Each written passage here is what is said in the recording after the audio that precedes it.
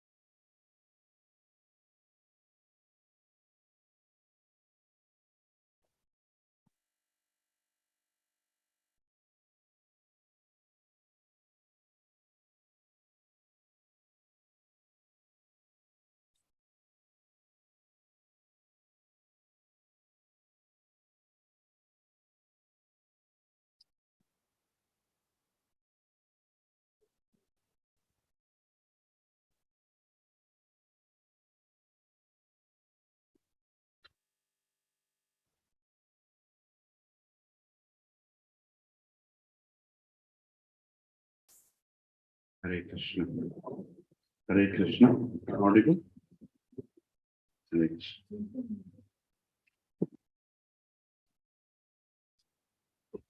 So I think this Kirtan, in the morning is Mangalarti Kirtan actually.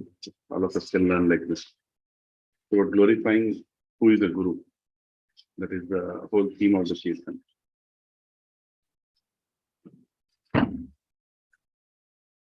Sansara Dhava Dharani Bhajogna Pranaya Dharana Dhana Dhanatva Sansara Dharani Bhajogna Pranaya Dharana Dhanatva Saptasya Dharana Gurunana Bhajya Vande Guru Shri Charanarindam.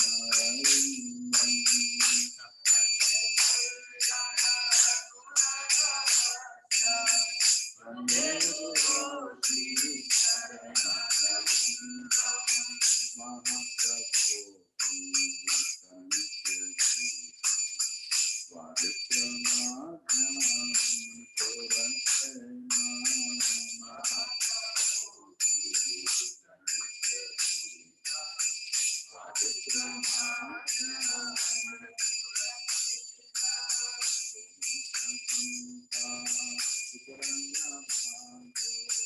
Vande Guru Shri Charanarindam. Vande Guru Shri Charanarindam.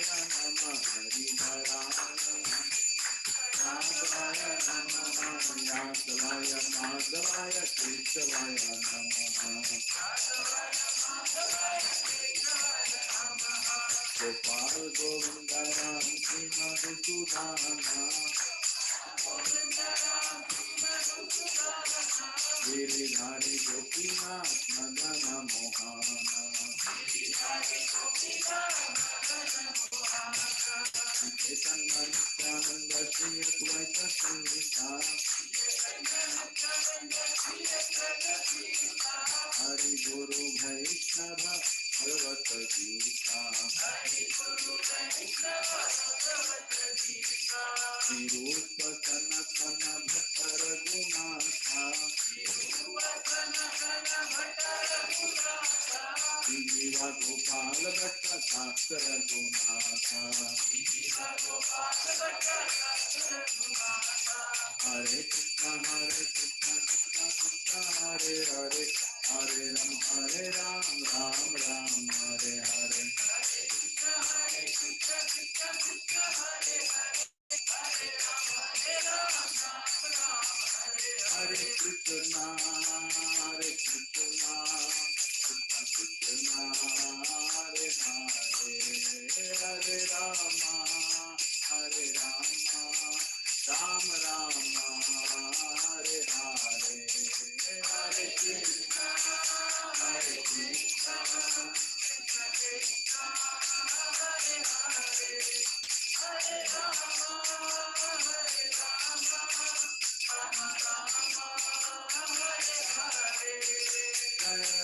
Radha Gopi Vallabha Radha Gopi Vallabha Radhe.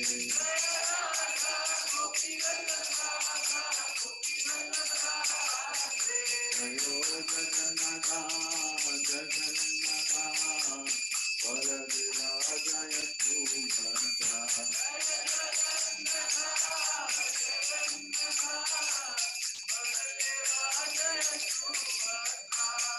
Jagannatha Swami Nayana Patagami Nayana Patagami Bhavakume.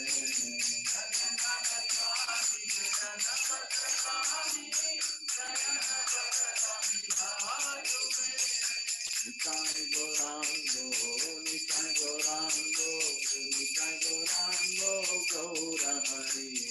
Nitai Gorango, Nitai Gorango, Nitai Gorango, Gaura Hari. Jaya Satinandana, Jaya Satinandana, Jaya Satinandana, Gaura Hari. Jaya Satinandana, Jaya Satinandana.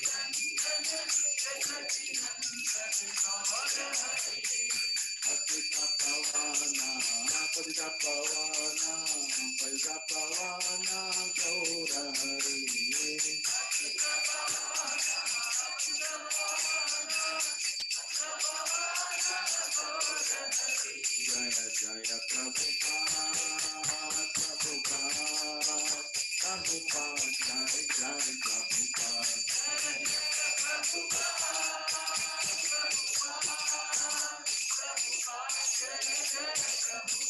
Jaya Jaya Gurudev, Gurudev, Gurudev, Jaya Jaya Gurudev.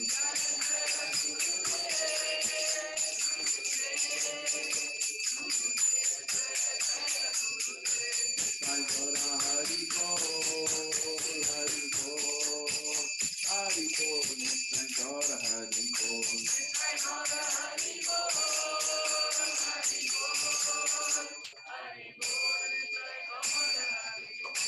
Shri Shri Radha Gopi Vallabh ki jai, Shri Jagannath Baladev Subhadra Mai ki jai, Jai Shri Nitai Gauranga Bhagwan ki जय श्री लक्ष्मी नरसिंह स्वामी प्रहलाद महाराज की जय, श्री वृंदावन गोस्वामी की जय, श्री ब्रह्म मध्य गौड़ गुरु परंपरा सांप्रदाय की जय, ऐसी भक्ति वेदांत स्वामी श्री प्रभुपाद की जय, श्री गुरुदेव की जय, निताय गौर हरि प्रेमानंद।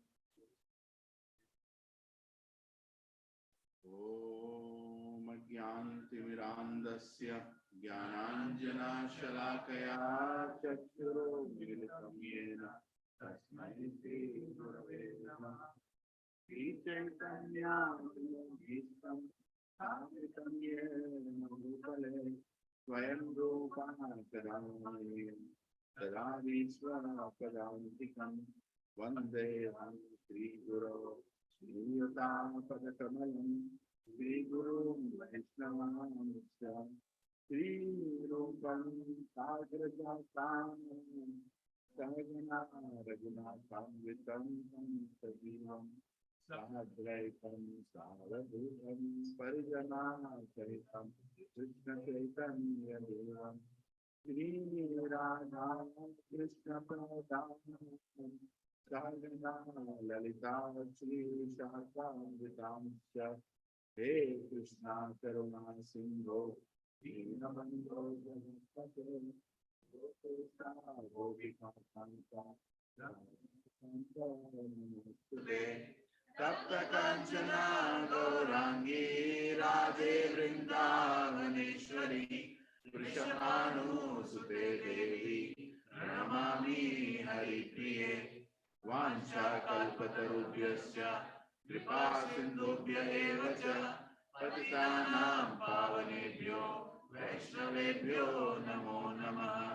जय श्री कृष्ण चैतन्य प्रभु नित्यानंद श्री अद्वैत गदाधर श्रीवासादि गौर भक्तवृंद हरे कृष्णा कृष्णा कृष्णा हरे हरे हरे राम राम हरे हरे। ओम नमो भगवते वासुदेवाय। ओम नमो भगवते वासुदेवाय। ओम नमो भगवते वासुदेवाय। ओम नमो भगवते वासुदेवाय। ओम नमो भगवते वासुदेवाय। ओम नमो भगवते वासुदेवाय। नारायणं नमस्कृत्य नरं चैव नरोत्तमं देवीं सरस्वतीं व्यासं ततो जयमुदीरये। नष्टप्रायेषु अभद्रेषु नित्यं भागवत सेवया भगवती उत्तमश्लोके भक्तिर्भवति नैष्टिकी। कृष्णाय वासुदेवाय देवकीनन्दनाय च नन्दगोपकुमाराय गोविन्दाय नमो नमः। नमः पंकजनाभाय नमः पंकजमालिने नमः पंकजनेत्राय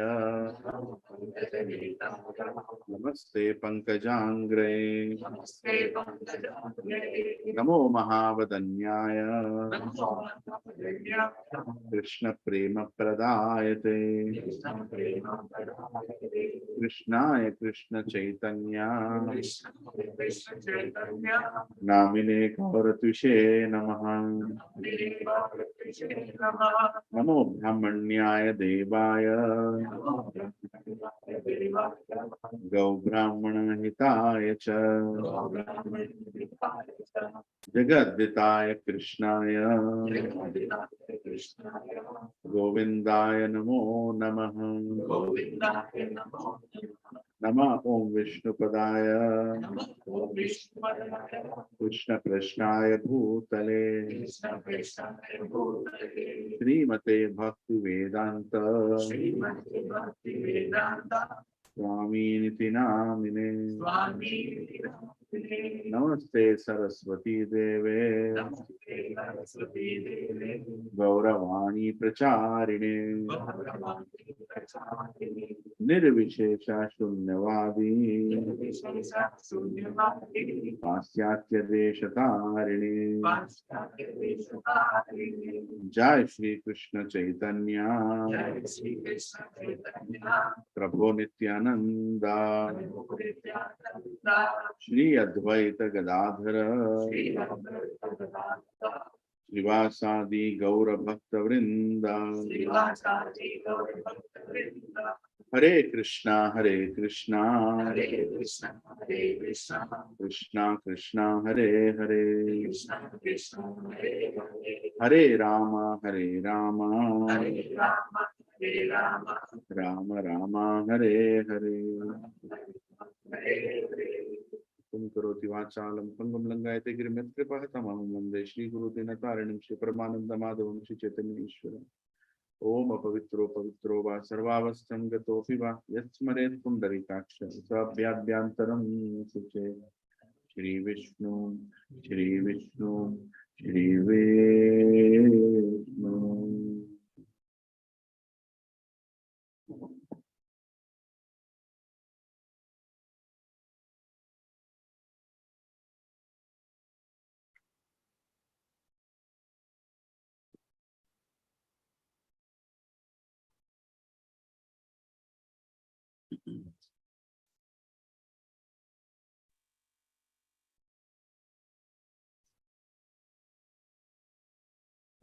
Hare Krishna.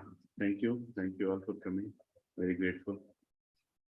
So I hope your week was good. How was your week? Anything special happened in anybody's life? We're all still breathing, still on this planet. Huh? Still connecting with God. So what is yoga? Hare Krishna Prabhu. Yeah. So what is yoga? Yoga means, 4 individuals in each corner doing some gymnastics, or yoga means anything else. Yoga means something that belongs to India, or yoga means something that's universal. Yoga means something that some human has created, or yoga means something that God has given. If God has given, what is the purpose of yoga? Right? We all, Narendra Modi ji has declared a certain day. Which day is that? 23rd June. 23rd June as 21st June as the yoga day of the whole planet. Right? Which is a good thing. But I think he's slowly trying to educate people. We can't directly educate what is yoga. Yoga is much beyond what we know is yoga. Right? So we'll have to understand that going step by step, which is what we'll do today. Today's seminar is going to have a lot of information. Very difficult for you to assimilate and grasp. So what I request is either you can make your notes or hear this again. Definitely hear this again, because there will be a lot I'm going to get into Karma Yoga, Jnana Yoga, Dhyana Yoga, Ashtanga Yoga, many things. For that matter, even last week's lecture was about some very deep concepts.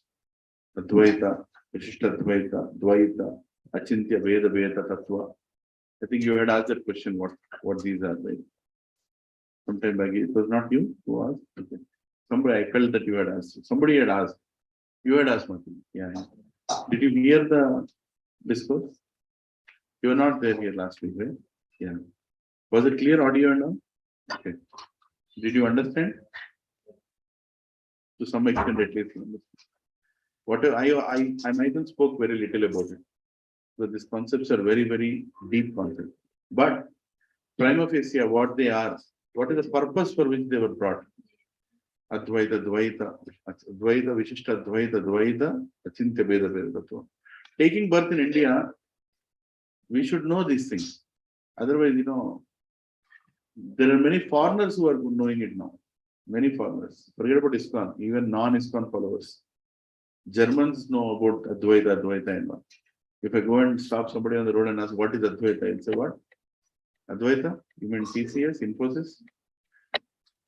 Is it a company name? Like that they'll ask. They have no clue.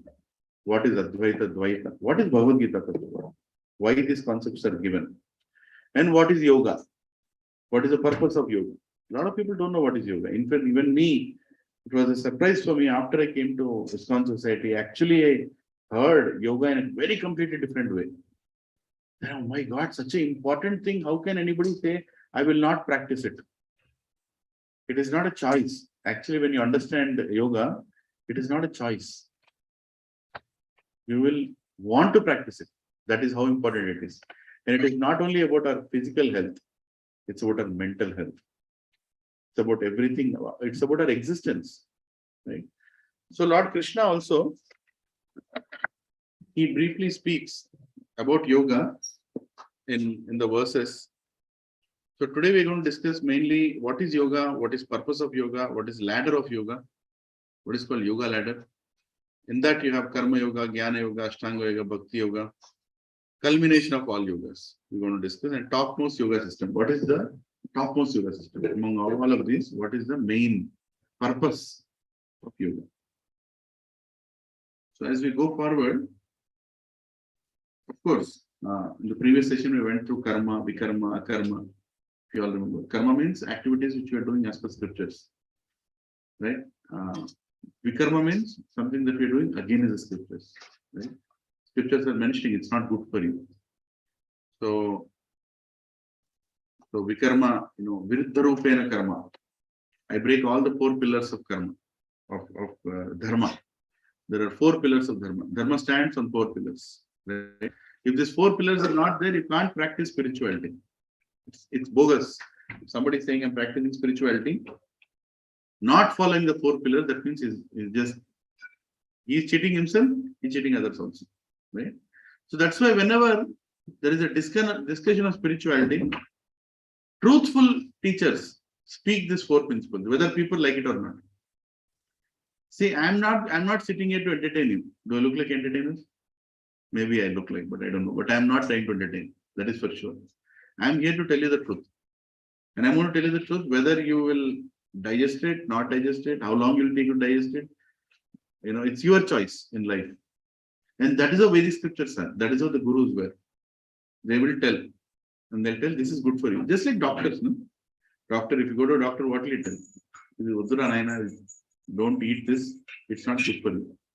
But he will not come to your home, right? Seeing whether you're eating or not. He'll tell you this is not good for you. A sane person will understand, oh, his doctor is telling, so I should understand. At least I should start contemplating on it. Contemplating means to think about it. Swadhyaya. Just sit down and think, why did he say that? And then you start slowly applying in life. Right? So in the same way, these 4 pillars, for some of you, it might be uncomfortable. Prabhuji, what is this? Why these things are part of 4 pillars? Why are you asking us to stop this? But I already covered this. Some of you are new here today, or in the last few sessions you came. It might be a little heavy for you to accept. But these 4 pillars are the foundation of Dharma. If somebody doesn't speak truth, can he follow Dharma? Huh? Nizam maatladin vaadu Dharma patinchagalaga? Jo sach nahi bol sakta, wo Dharma kya palan karega? Hai ki nahi? If somebody cannot take any austerity, meaning I will not take any discomfort. For me, everything should be comfortable. Can you follow Dharma? How many feel you can follow Dharma? Right? Prabhu, if there is no AC, I will not come for the class. Will you understand Bhagavad Gita? He cannot. He is totally bodily conscious. Bhagavad Gita is for some people who are soul conscious, who know that they are the soul, not this body. They know that this body is temporary. Right? So that is tapasya. For somebody who cannot control on his tongue, he likes to eat anything moving, anything, except aeroplane. He'll eat everything. Right? Can that fellow follow Dharma? He cannot follow. The Dharma says what is right, what is good, what is bad, what is perfect. It will tell that. Can you follow? You cannot follow. Isn't it? And somebody who wants to take other things, who wants to enjoy others' property, others' wife, others' husband, others' house, can he follow Dharma? No. So Dharma says that I stand on 4 pillars. When these 4 pillars are there, then you can talk about Dharma. So the 4 pillars of Dharma are Satyam, Daya, Sauchyam, Tapasya. Truth, no gambling. I will not gamble. I will not play with money. I will not use money for my multiplication. I will earn money. Right? Mercy. No, I will not kill anything. Even a plant I will not kill if I don't need it. What to speak of animals or birds? I will not kill them. Sauchyam. Cleanliness. Inside, outside. Outside cleanliness, inside cleanliness. No illicit sex. I don't want somebody else's property. Somebody else's belonging. I don't want. Tapasya. Austerity. No intoxication. I will not be dependent on anything. Like You get up in the morning, I need a tea. Without tea, I can't survive. That means you are a servant of the tea. Is that true? Yeah, you are a servant of the tea. If the tea is not there, you will collapse. Some people cigarette. They get up in the morning, they don't smoke, they'll go mad. If the cigarette shop is not open, they'll go into depression. Right? That means they are servants of that cigarette. Person who follows Dharma should not be a servant of anybody. He should only be a servant of Krishna. Then only is following Dharma. This is our country, Prabhuji, and nothing. This is what is the greatest principle. This is what when so many invaders came and saw our country, they were shocked. How to break these people? They are so firm in their belief system. They are so firm in tapasya, daya, sauchyam, satyam. How to break these people? Right? They had to invent so many ways, and in spite of so many ways of them doing for 1,000 years, still they could not completely remove our system. Egyptians had a civilization, gone. There is no civilization in Egyptian. You don't see anything now. It's practically gone. Right? There are so many civilizations on the planet. Chinese also had a civilization, almost gone. They don't have anything there. Some people are Christianity, some people are Islam, some people are this, some khichdi. Now their only civilization is money, manufacturing money. That's all. India still has a civilization. In spite of so many invasions, in spite of so many attempts to kill this, they still could not kill it because of the 4 pillars of Dharma. The 4 pillars of Dharma were kept intact. When A.C. Bhaktivedanta Swami Srila Prabhupada, the Acharya of ISKCON, when he went to America to establish Dharma, to explain what is Dharma, he did not compromise on the 4 principles. A lot of people told Prabhupada, Swamiji, his own disciples for that matter at that time, they were trying to bring a lot of people to the satsang. And they would tell Swamiji, don't tell that 4 things. No? Don't tell that 4. Except that you tell everything. Hare Krishna mantra is also okay. Don't tell that 4 things. If you tell that 4 things, people will remember. For that matter, one priest in England, when he met Prabhupada, he told, impossible, Swamiji. Nobody can follow this. Even priests cannot follow this. What are you speaking? How can our entire economy, our entire civilization is running by breaking this 4? Only when you break, Western world runs. Isn't it? Meat eating, slaughterhouses. Big time, completely. You can't believe it. If you drive from San Jose or San Francisco to LA, there is a route. There are 3 routes to go, but one of the routes on the main highway route. I was driving there and suddenly a stinking smell came. I was in AC, it was a SUV, comfortable. There should not be any smell coming to me. Stinking smell was coming. What is this smell? Then I was seeing, even before it came, the slaughterhouse. For the first time I saw a slaughterhouse. I don't know how many of you have seen a slaughterhouse. It is like a 500-acre slaughterhouse. Right? And then the cows started. As soon as they went, then I could see Jersey cows, all of them. And on the left side of the road, I was driving, I was just looking the left side, I was shocked. And stinking smell. Because they live methane, because of the anxiety, especially Jersey cows. Desi cows don't do all that. Desi cows don't leave any such thing which is harming the planet. But Jersey cows do. Because they're created cows. They're not natural cows. They're manufactured breed for more milk and more, meat. So I was shocked. Oh my God, what is this place? And I was driving 10 miles, almost like maybe at least 10 miles. I was driving 15 minutes, the slaughter is still not ending. This being on the road, it's one side of the road. Right? Who asked us to manufacture something like that?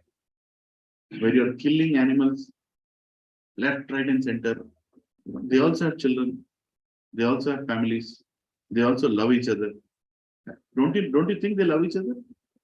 They have a lot of affection for each other. Okay, I like mutton biryani. That's okay. But what right do you have to kill somebody else? You cut your hand, make a biryani out of it. If you really want to eat mutton. Right? But anyway, that's not the whole point. So a person who eats meat does not have daya. Meaning, for him, compassion is not there.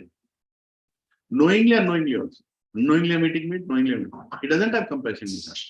He can fake it around. He can go, ma babu, ma papa, ma. All this is external. Deep inside is the Ravan. He is ready to kill and eat anything. Because the servant of his tongue. The servant of his tongue. Simple.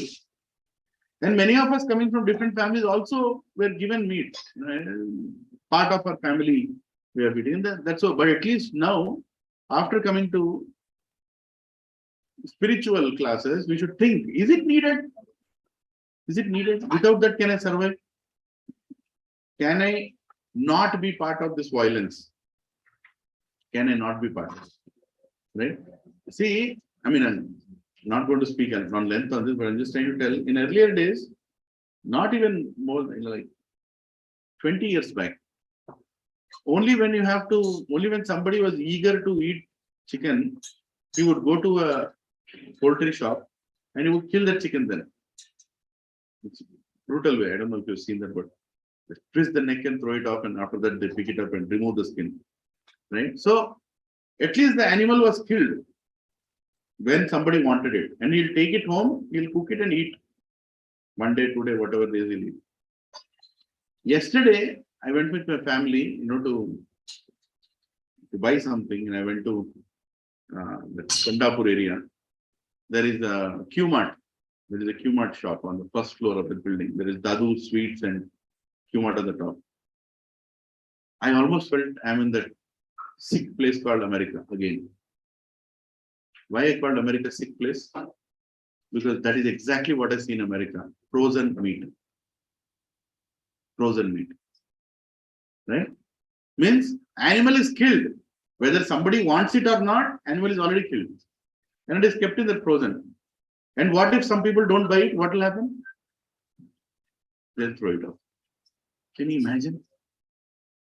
Even that you're not even, the life is wasted for some business. Right? It's not that somebody even had it.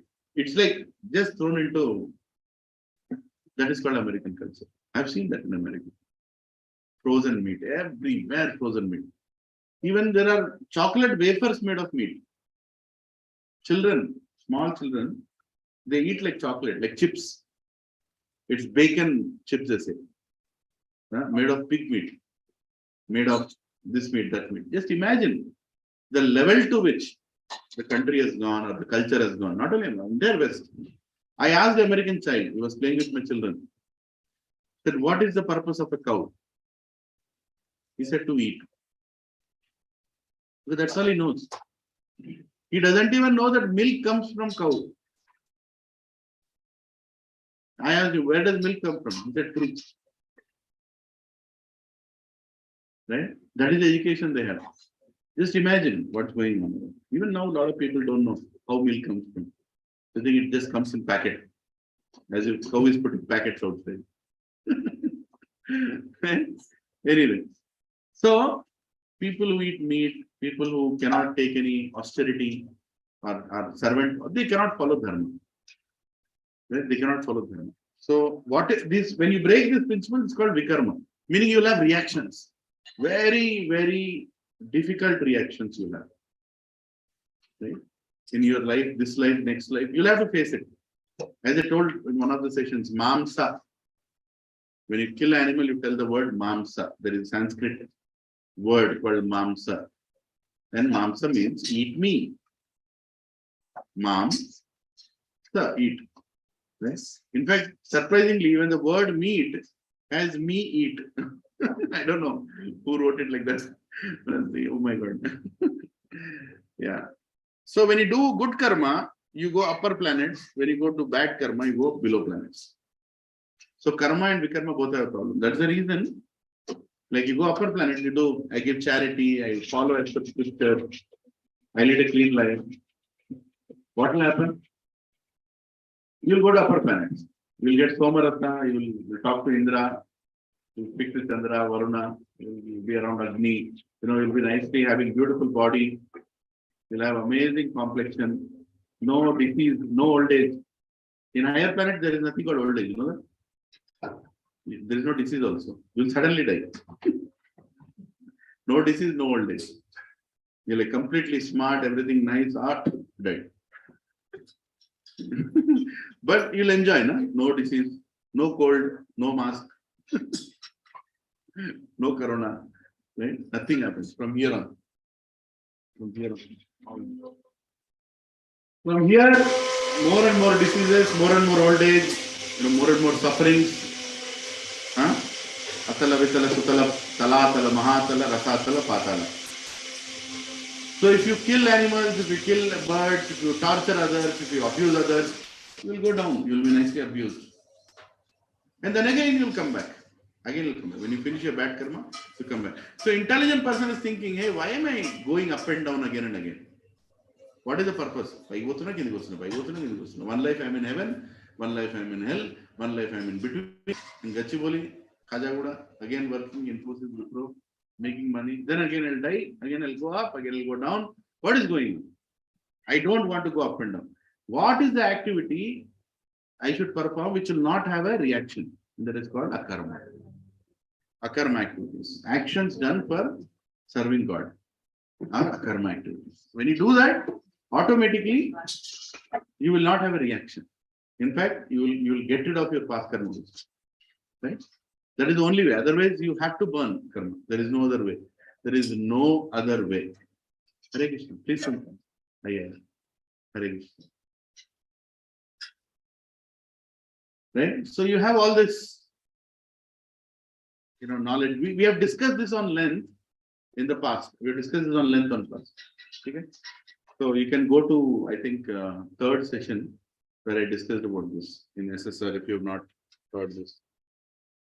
Lord Krishna also asks you to perform yoga.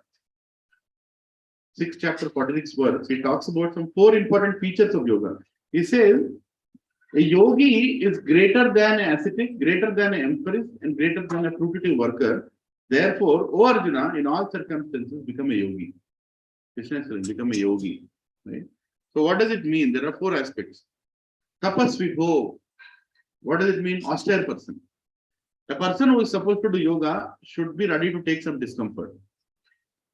Right? They'll tell, takes breathing like this. It's very difficult. Pranayama is not a happy activity.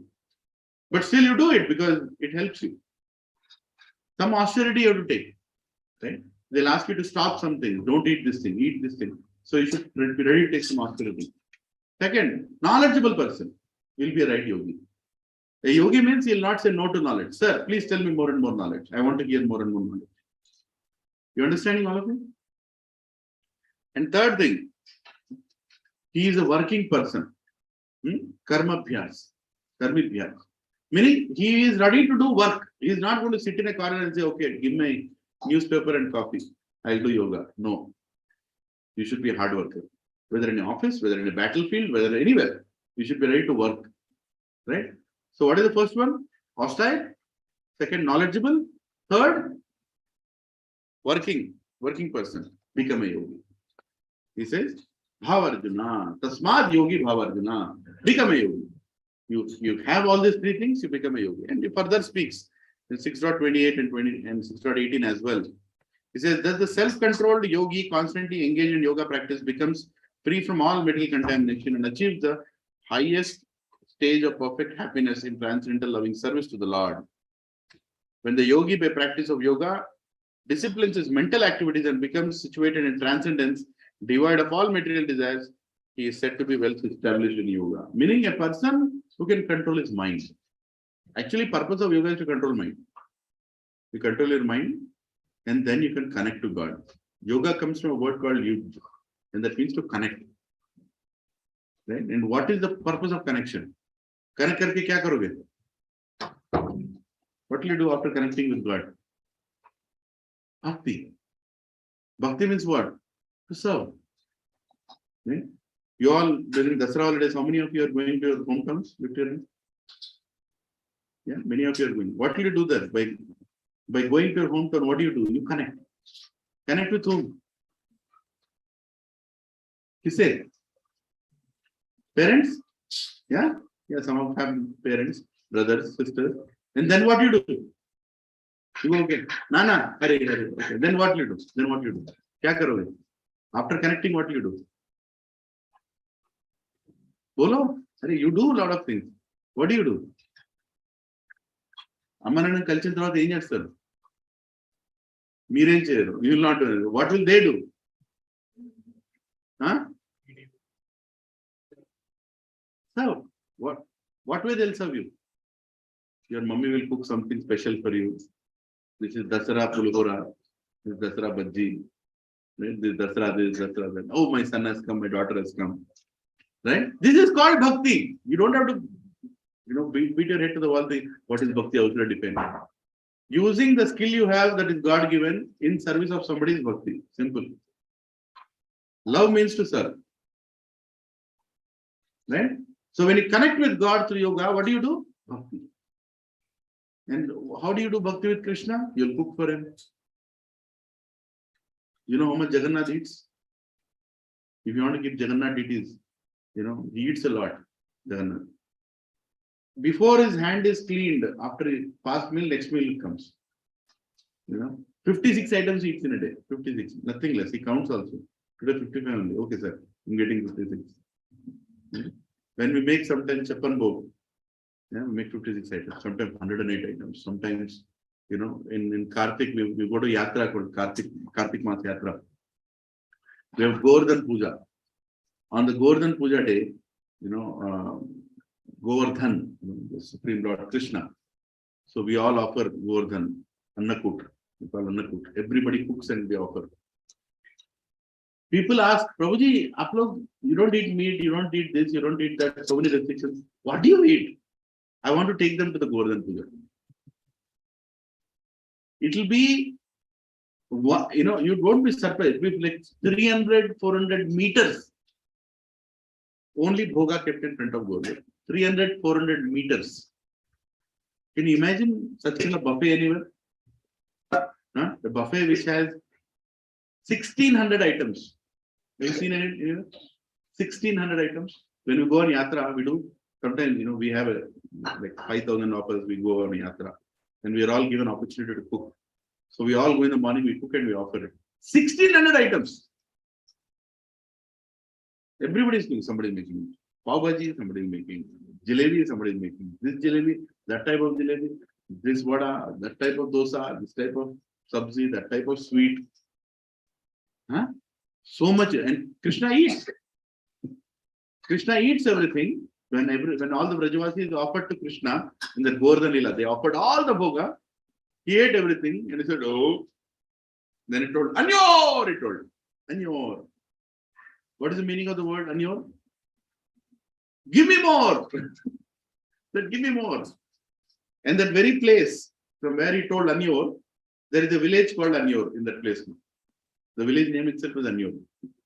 And there they even now keep offering every day food. That is Bhakti. Even the oldest lady in Vrindavan, she'll make at least one roti for Kana every day. Without that, she will not eat. Their Bhakti is like that. That is a reciprocation to God. Right? So that is being a yogi. Yogi means somebody who connects with God and loves God. Loves God. Right? So this is yoga as per scriptures. But today, unfortunately, what is yoga? What is that thing that comes to your mind when you think about yoga? General people. Asana. Asana. Right? Some pose. What else comes? The moment, close your eyes. Be sincere. Tell the truth. Close it. क्या आता है मन में? Yoga बोलते हैं. Ramdev. What else? और क्या आता है? What comes? What is the first thing you do when you have to go to yoga class? Mat. Yoga mats will come. Next, और क्या आएगा? Tight pant. और क्या आएगा? बताओ. What else comes to mind when you think about yoga? Somebody sitting in a mountains, like performing yoga. Right? Big beard or no beard doesn't matter. Right? He's sitting there and doing yoga. Or tight pants. Somebody is wearing tight pants, yoga pants. Right? somebody with mystic powers. Yoga, yogi. Again. Huh? Or somebody with a lot of following, big following. He walks behind him, 10,000 people walk. Right? Yogi. You see, okay, what yogi is, right? Or somebody with mystic powers, or somebody with flexible body. Right? He can eat with this feet from this side.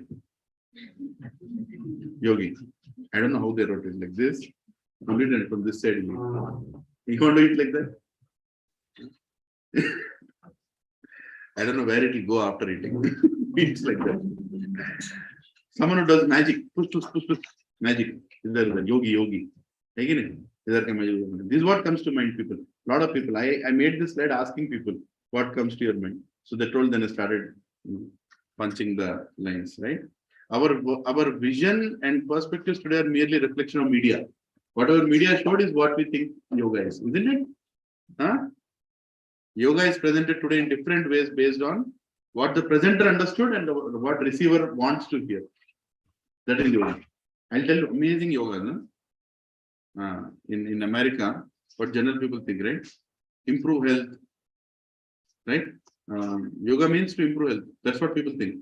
Yoga, are you doing yoga? No. Oh, actually, it's good for health. I'm not saying it is not. But is it the purpose of yoga? Not the complete purpose. Increase sense gratification, right? Some people, they do a lot of yoga to improve their sex life. They also do that. There are different asanas for that. And improve lifespan to increase your lifespan. They do yoga. Fashion statement. I do yoga. It's a fashion statement. Right? Sir, where are you going? Yoga. Oh, yoga. I love this cycle. I don't know who made this. Definitely, some great psycho on the planet has made this cycle. I found it in, like start here in between. I don't know if you can read it, but it starts with, do you want to do yoga? Yes. Are you old? No. Then it goes to a different side. Then if you're old, it goes to senior yoga. If there's no junior, it goes to someone junior. If you want to wear clothes, no, then go to nude yoga. Right? Then you want to have sweat, you go to this yoga. Then you have this acro yoga. Oh my God. All these yogas exist on the planet. Right? I'll show you some yogas that I have personally seen. Anything in the name of yoga. What are they doing? What is this yoga called? Can everybody see what they're doing? They're holding something in the mouth, holding their legs. It's called Harmonica Yoga. Actually, when fellow is there who makes money out of it, Harmonica Yoga. They'll, that harmonica, right? They hold it like the ping, and they have to hold their leg. For that, they pay money also, $50 per class. What are they doing? Karaoke yoga. Right? Dance, and they call it yoga. Anything in the name of yoga. What are they doing? Huh? This is called doga. It's called doga in the name of yoga. It's called ballet yoga, dance yoga. This one was in Backbay Station, just beside my office. From there I picked up hip hop yoga. My boss, his name is Mike Lacola, he used to go to this. I asked him, Mike, why do you go to this yoga? Dude, some beautiful girls come there. I'm very clear about it. Right? Hip hop yoga. That's what people go, right? Hip hop yoga. Yeah. So many people have written so many things about yoga. So many people. Even Nityananda Swami has written something about yoga. This fellow called Bikram Yoga. You know about him? Bikram Chaudhary. You don't know Bikram Yoga? Very famous. Half naked yoga. People wear skinny clothes, bikini, and they come to his yoga parlor and they sweat. And he makes them sweat, jumping, dancing, all that. Later on, he got arrested in some sex scandal. Obviously, that's what he was doing for many years. Later on, they found out. So the point is, people are all giving different definitions on yoga. Here, there is one gentleman, there is one gentleman. They're all giving. No, am I saying all of them are wrong? No, they're not wrong. But they're speaking about one part of yoga. Right? When you do yoga, you sweat. That is true. But sweating is not the purpose of yoga. Right? When you do yoga, you connect with certain energies within you. There are 5 kinds of air. You kind of balance them. There is something called Kundalini Yoga, right? Where you lift your spirit up, right? So all these things are there. But that is not the whole purpose of yoga. They're all parts of yoga. You should understand that. Right? Nobody speaks about yoga, what Bhagavad Gita, Krishna spoke. All of them have become famous. They all became famous. They are earning big time money by telling one part of yoga, and they have manipulated also. They manipulated according to their wish. Huh? Lord Sri Krishna himself gave the highest definition of yoga and explained yoga in Bhagavad Gita. Actually, the best book that you can buy for yoga is Bhagavad Gita. If you understand Bhagavad Gita, you understand the entire yoga. Entire yoga. It tells, Krishna says, how to breathe, how to sit also, Krishna says in Bhagavad Gita. Yoginam api sarvesham mat gadenantaratmana shraddhavan bhajate yomam same yukta tamo mata. Krishna says at the conclusion of 6th chapter, who is the perfect yogi? After doing all kinds of yogas, who is the perfect yogi? What is the meaning of that? Please repeat after me. And of all yogis, the one with great faith, who always abides in me, thinking of me within himself, and renders transcendental loving service to me, he is the most intimately united with me in yoga and is the highest of all. That is my opinion. So the one who is following what Krishna says is yogi. Simple. In the Kurukshetra war, Arjuna was the yogi because he is exactly following what Krishna told. Kill him, shoot him, he did it.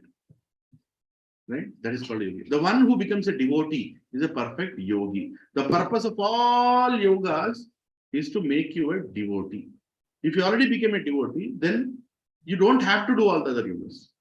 Some yogas for your health you can do, but all other things you don't need to do because a devotee finishes all the requirements of becoming a yogi. So what is yoga? It comes from a word called to use, to unite. Yoga means to relink or revive. Relink. Right? Yoga means union between individual consciousness and supreme consciousness. So your consciousness and God's consciousness. You try to unite both. That's called yoga. Right? Now, union here is not to merge. Union in love. Me and my wife have not merged. We are still two different people, but we are doing the same activity together. You understanding what I'm saying? Husband and wife are supposed to do same activity together. But today they are doing different activities separately. When they get married and say, we want space. We want more space. More space. Why did you get married? Right? I like this, I like that. Okay, you can have different likes, but they don't do a single activity together. So the purpose of marriage is useless. That's the point. Right? Yoga means to stay united and do the same thing. So when you say I'm in union with God, it doesn't mean that you become God. We discussed about it last week. Merging with God, becoming God. No. It means I'm going to do activities which will please God. I'm in union with my parents. What does it mean? I'm going to do activities which will please my parents. Is it simple? Yeah, it's as simple as that. Yeah. Right? When we perform yoga, we connect with purity.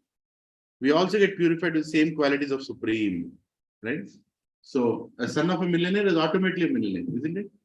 Same way, when we connect with Supreme Lord, we also get the qualities of Supreme Lord. You don't have to do anything more. So who is a yogi? A person who lives and activities are oriented towards re-establishing the connection with Krishna is a yogi. All his activities are towards re-establishing connection. Meaning, he earns for Krishna, he lives for Krishna, he chants Krishna, he serves Krishna, he eats only what Krishna ate, right? He always remembers Krishna. Man manabhav madbhakto madhyaji mam namaskuru. Mam evesha satyante. Krishna says that. Always remember me, always worship me. Become my devotee. Pay obeisances unto me. Right? Like that. So he is a yogi. He is a yogi. Right? So have you seen any yogis outside? Actually, every Sunday you're also yogi. Because you're coming here and hearing about Krishna. As simple as that. We don't have to put a picture. That's what yogi anangane. Gatta undale, idundale, you should have this, that, then. Nahi, aisa kuch nahi. I'll show you some amazing yogis, right? See this person, Rishikesh Mafatlal. He's the owner of Mafatlal Group. You know Mafatlal, right? Yeah. He's a yogi. His entire life he has spent connecting with Krishna. His father is also a yogi. Right? They are big factory owners. And I happened to see him, once in a year I used to see him. He comes to the yatra. You know what activity he does? I have seen him being a bus coordinator. He'll make sure everybody, come on, everybody get into the bus. Next destination. And who is this personality? Rishikesh Mahaprabhu. You won't even know. Unless you know, you won't even know. Because in the yatra, he's just one of the yatri. That's it. Right? In the temple, he'll keep all the shoes and chappal together. Wherever. He'll stand there. Huh? How many people does he have employees? 1 lakh employees he has. So many factories he has. His son's name is Priyavrat. Right? He can have like 20 Audis and 20 Benz cars outside his house. Or whatever model he wants, he can have. Or maybe he has also. But in Yatra, what is he? He serves his father as assistant. I was shocked. I actually asked him once, how do you maintain this devotional life amidst so much richness that you have? Right? He simply told that we always remember Krishna. We always remember Krishna. That's the only thing we have to do. Remember Krishna. So I asked him, so how do you manage business meetings? You have to take your business colleagues for pubs and discos and I don't know, to get contracts. He said, whenever that time comes, I hand over that activity to my sales manager. Till that time I'm there, that particular part he'll take care. Because I'm principled. I don't do something. My father, my family, we are like that. Right? There are a lot of families who are doing so many activities for Krishna, they don't go and tell in open.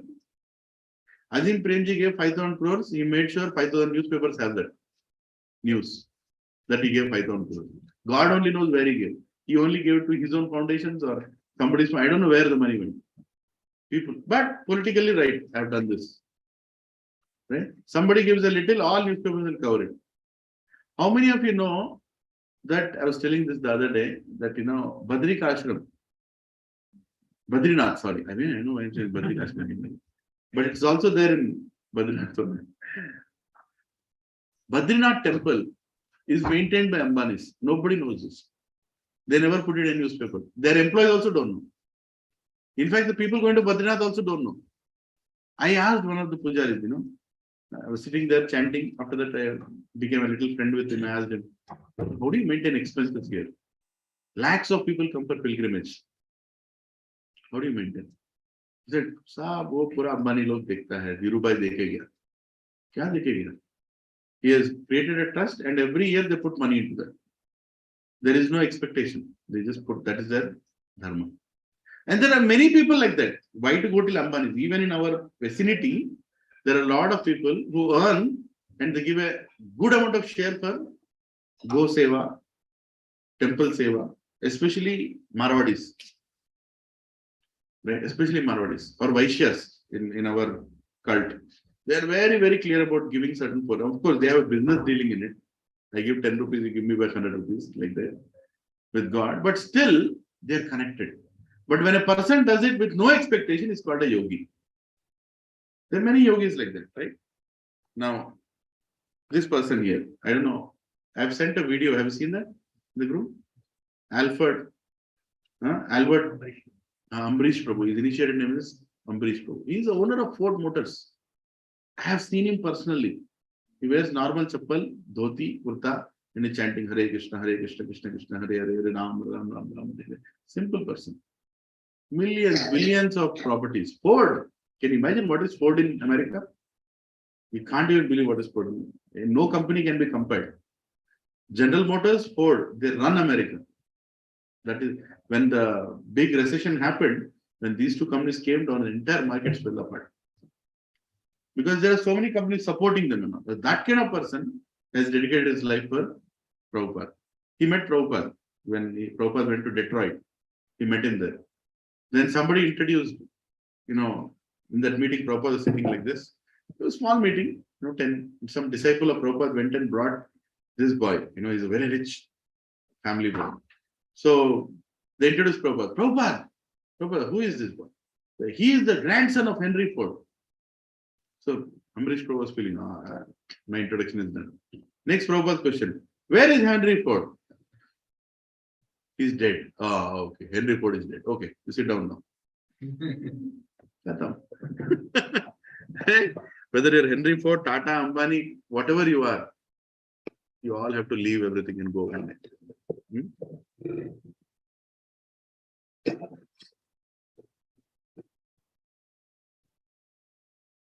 So Prabhupada knew. So he asked him, Prabhupada asked him that make a temple called Planet of Vedic Planetarium. Make that. Right? And he told that and he left. Prabhupada. And he made his life and mission to make the temple. To show how the whole universe, how it is as per scriptures. He wanted to make that. The temple is almost made now. I think 1 year left. It's a huge, huge venture in Mayapur.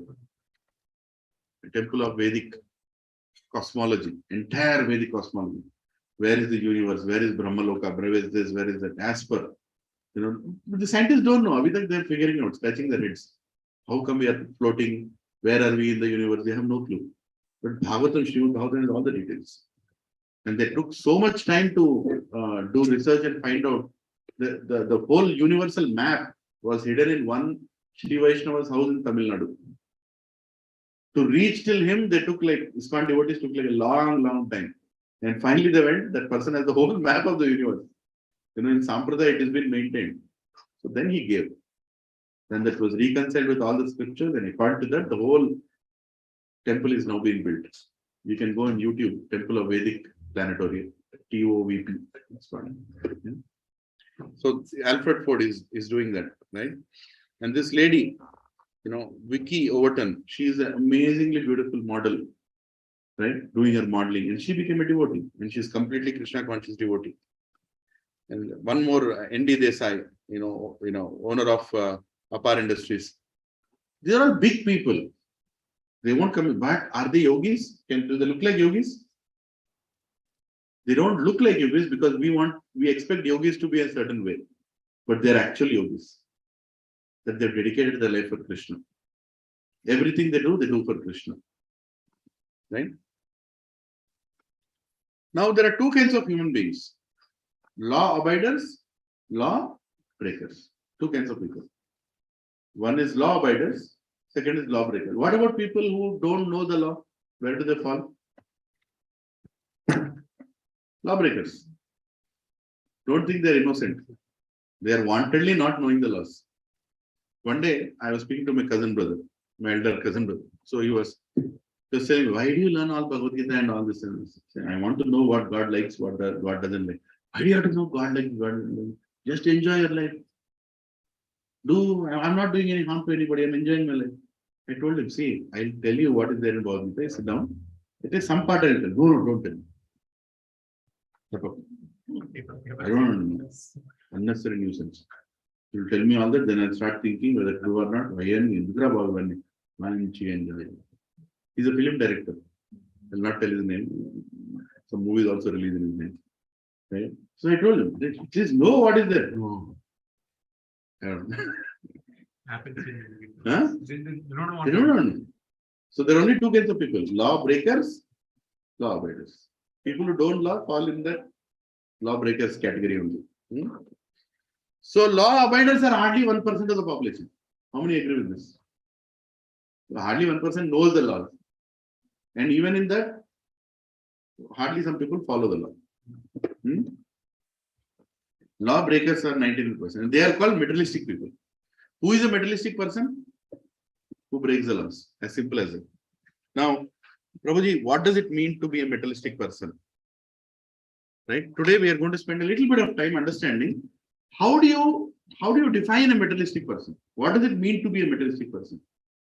Right? Is it wrong to be a materialistic person? Is it right to be a materialistic person? You only decide that.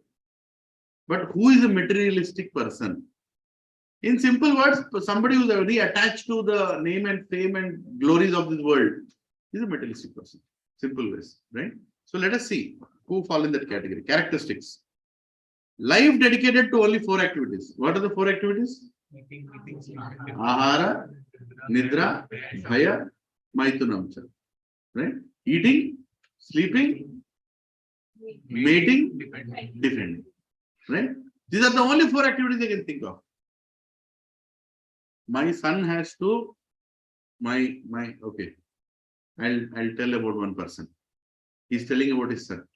My son graduated from IIT Kharagpur, gold medalist, and he got married, and he has a job in Google, 2 crores package, and he has one big villa in this side, another villa on that side. He has 2 cars, one for evening, one for night. He travels every month, at least 1 week to some part of the world, right? And he has 2 children, very, very obedient children. And his wife is very nice. And, he also gives some charity here and there. Prove me that this person is not different from a pig. Sugar. Is it too heavy? What I told? It feels heavy, but that is what scriptures say. What are the 4 activities he did? Eating. What else? Sleeping. Or kya bola? What are the activities? Defending. He did IIT also, IIM also, CA, I don't know what else. Right? Big job. Paisa kama raha hai. House also. What else I told? Children, 2 bacha bhi paida kiya. Right? Now let us compare him to a pig. Suwar ka bacha. Kya karta hai? Pig, does it have children? At once, how many children it has? 7, 8. Better. Pig is better than it. Next. Does pig have home loan? This fellow has home loans. One on villa, one on other one. Right? Next. Does pig eat fresh things? Yeah, it finds out who did the clean, pure shit. It will go and eat. Does this fellow have pure fresh things? He has yesterday's pizza, refrigerator curry. So pig is better in food also. Right? What else? Sleep. Huh? Sleeping. Have you seen pig getting disturbed while sleeping? No. This fellow gets disturbed in conference calls. So many things he has to handle. His subordinate will not do the job. He has to cover it up. Resource management. So many problems. So who is better? This graduate who is living in Tellapur in 2 villas, this side and that side, or a pig? Pig. Very difficult to accept, right? Prabhuji.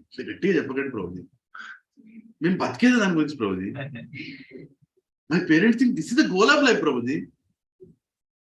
Ahara nidra bhaya maitunamcha samanya jadat pashubir naranam dharmehi eko adhiko vishesho dharmehina pashuhi samana. You're equal to an animal. Not greater than animal. You're equal. Animals are better than us. So many things. They smell and eat. We see and eat. Right? So you should understand, Brother Mataji, is that materialistic person means the person who only thinks of these 4 things. What is your boy? Aapka beta kya kar raha hai? Immediate thing. His degree, his salary, his house, they'll never speak. He's a devotee of Krishna. Anna. I'm also doing Satyanavadam. One every 2 months. I'm also doing Gropravation. I'm also calling Brahmanas and giving charity. That's it. You understand? That is how much my dealing is. Eating, sleeping, defending, sex life. Never asks a question on anything. That fellow will never ask. If you stop this fellow on the road and you ask him, where do you take birth? Sir. No, who are you? Excuse me, sir. Sir, do you read any scripture? Sir, this is enough. You practice what you want to practice. Leave me alone. Because I have to go and do what? Sleeping, eating, mating, defending. कुत्ते का जिंदगी जीते, a dog's life, a pig's life, an insect's life. They have no clue why they have taken birth. No clue. If you ask them to stop, don't ask me this. Don't tell me religion, more religion. Agarbatti, Nariyal, that is religion for them. They have no clue why they have taken birth. Have you seen such people outside? I'm only seeing those people outside. On the same floor, you go, knock the door. Sir, do you want to understand why you taken? Huh? Why you taken birth? Why you should know that? Go. Sir, you're going to die. Everybody dies. What is the big deal? Sir, but you're wasting your life. Who are you to tell me you're wasting my life? Sir, do you know what God? Which God you are? Your God, my God, Tera God. You keep that there. Don't bring religion here. This is the world today. Filled with mudhas. Mudhas means foolish people. Brainless people. They're not human beings. They are four-legged humans. Right? Or two-legged animals. Whichever way you can say. Right? They have no clue why they have taken birth. An intelligent person is a person who leads his life to achieve a goal. Purposeful life. Entire life leads to achieve a goal. If a goal is not achieved, then he feels his entire life is failure. Lot of people outside don't even know what is goal of life. Their goal of life is acha eating, acha sleeping, acha bacha, acha whatever. Right? Acha ghar, bas. This is my goal of life. Right? Unfortunately, that is the way. So they never ask a question, where should I look for happiness? How problems are coming to me? How come bad things happen to good people? What is happening in the universe? They don't want to ask these questions. They don't want to.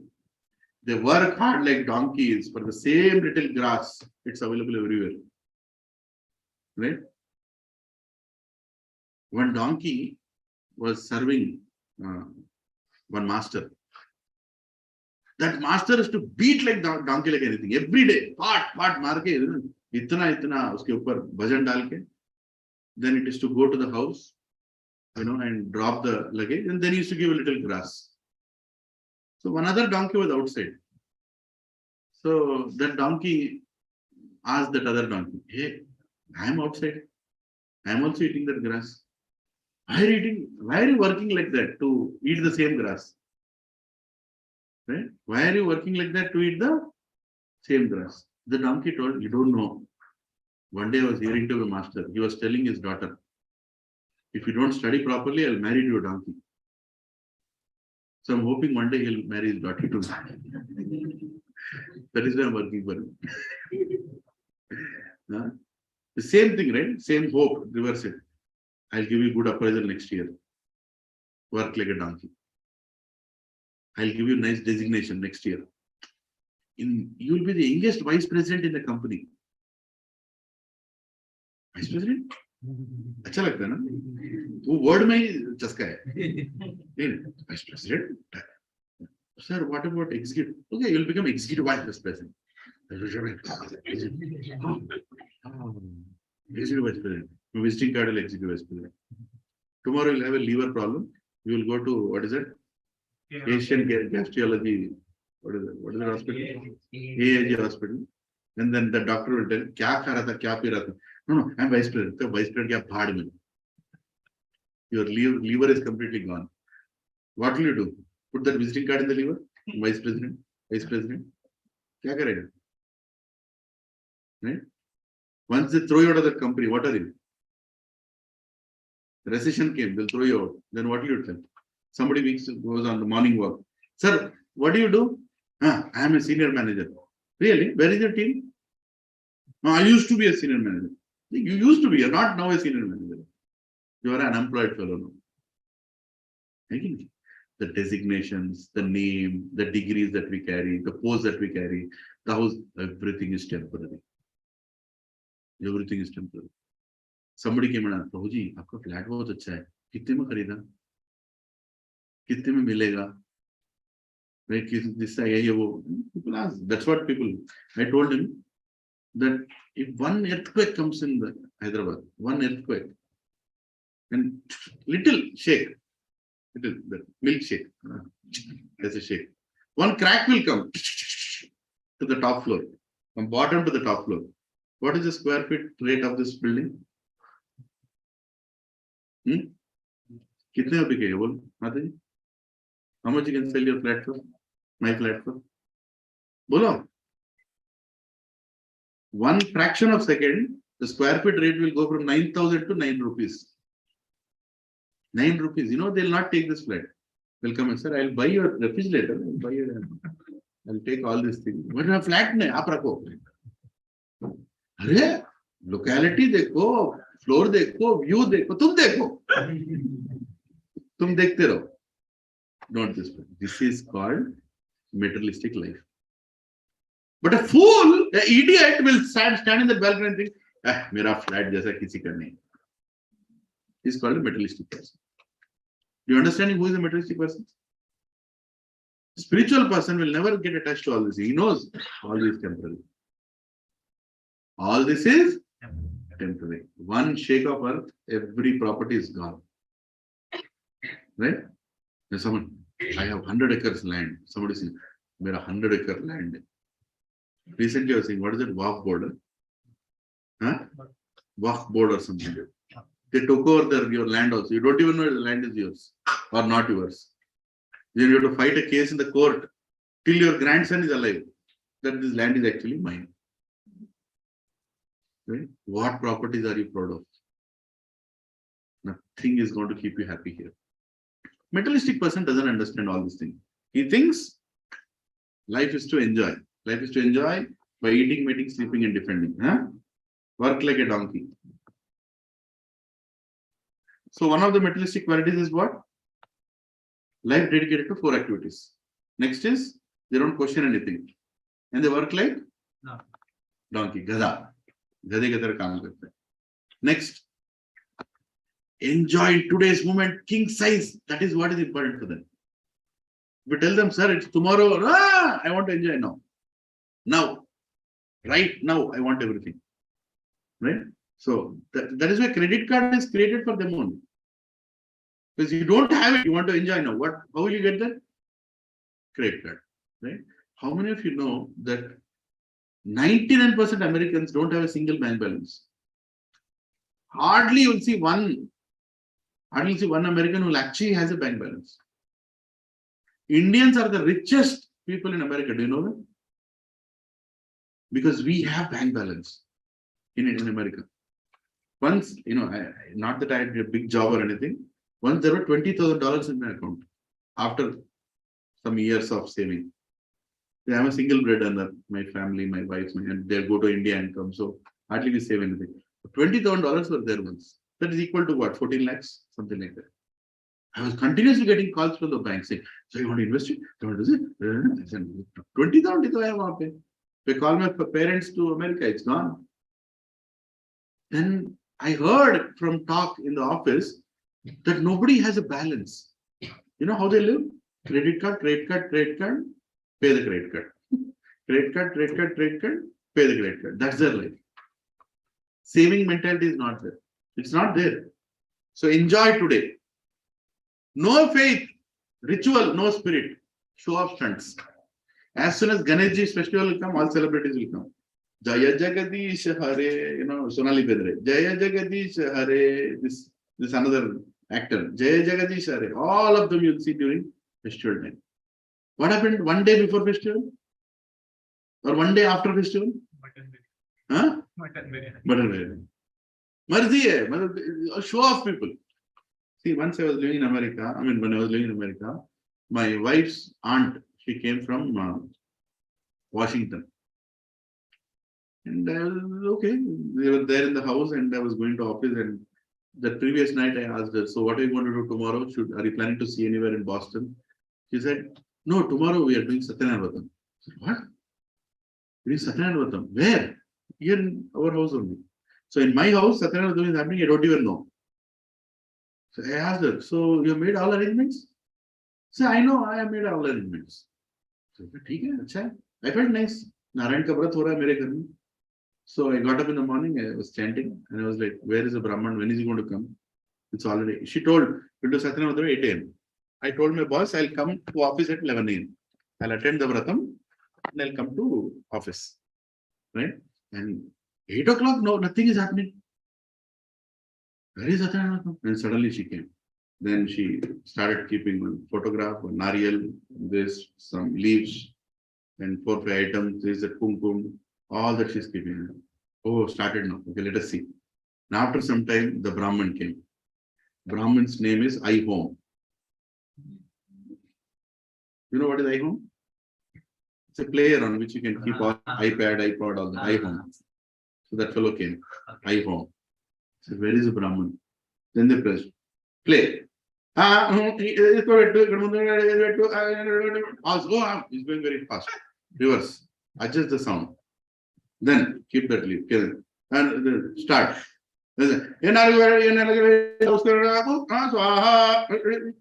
Pause. Both pause. What is going on here? And 1 hour she finished the entire work.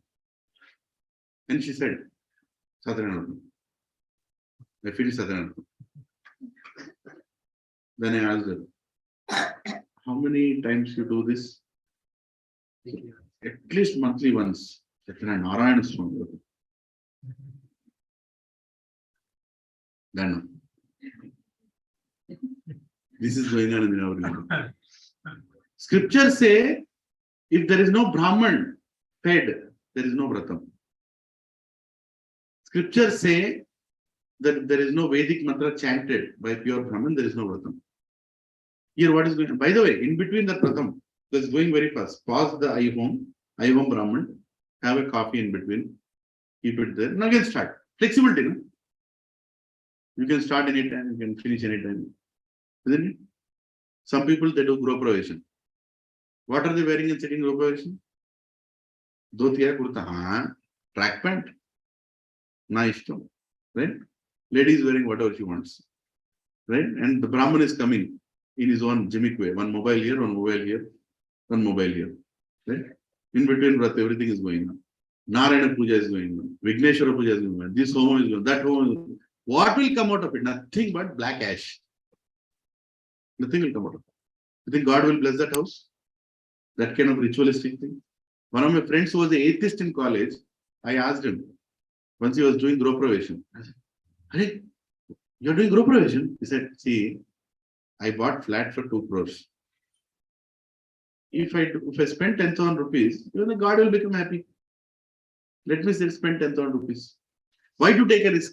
If he exists, he'll be happy. So, this is the nonsense that is happening in the name of puja. This is called materialistic puja. What is it called? Materialistic people doing materialistic puja. No outcome out of this. I'm not making fun of them. They are like that. You will see that. You will clearly see that outside.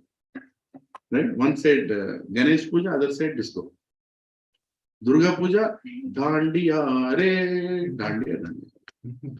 His wife, his husband, her husband. Oh, he didn't come. Oh, what sari? New sari? Dandiya, re, Dandiya. Disco dance. Hey, this time put some disco dance. The tune is not good. Thoda naya gussa uske andar. Some beats also are needed. Durga Ma kidhar gayi? Navratri kidhar gayi? Kar rahe na abhi. This is Navratri. Right? All the college boys go to Dandiya nights. Why? To find college girls. That is Dandiya night. That is what goes on in the name of Dandiya. It's pure, seeing opposite sex and trying to enjoy the opposite sex. Materialistic puja. Whatever you do, you will not change from inside. No change from inside. No change from inside. Only external for that moment to change. That's all. So understanding what is a materialistic person? Yeah. No belief in scriptures. They even criticize Bhakti and devotees.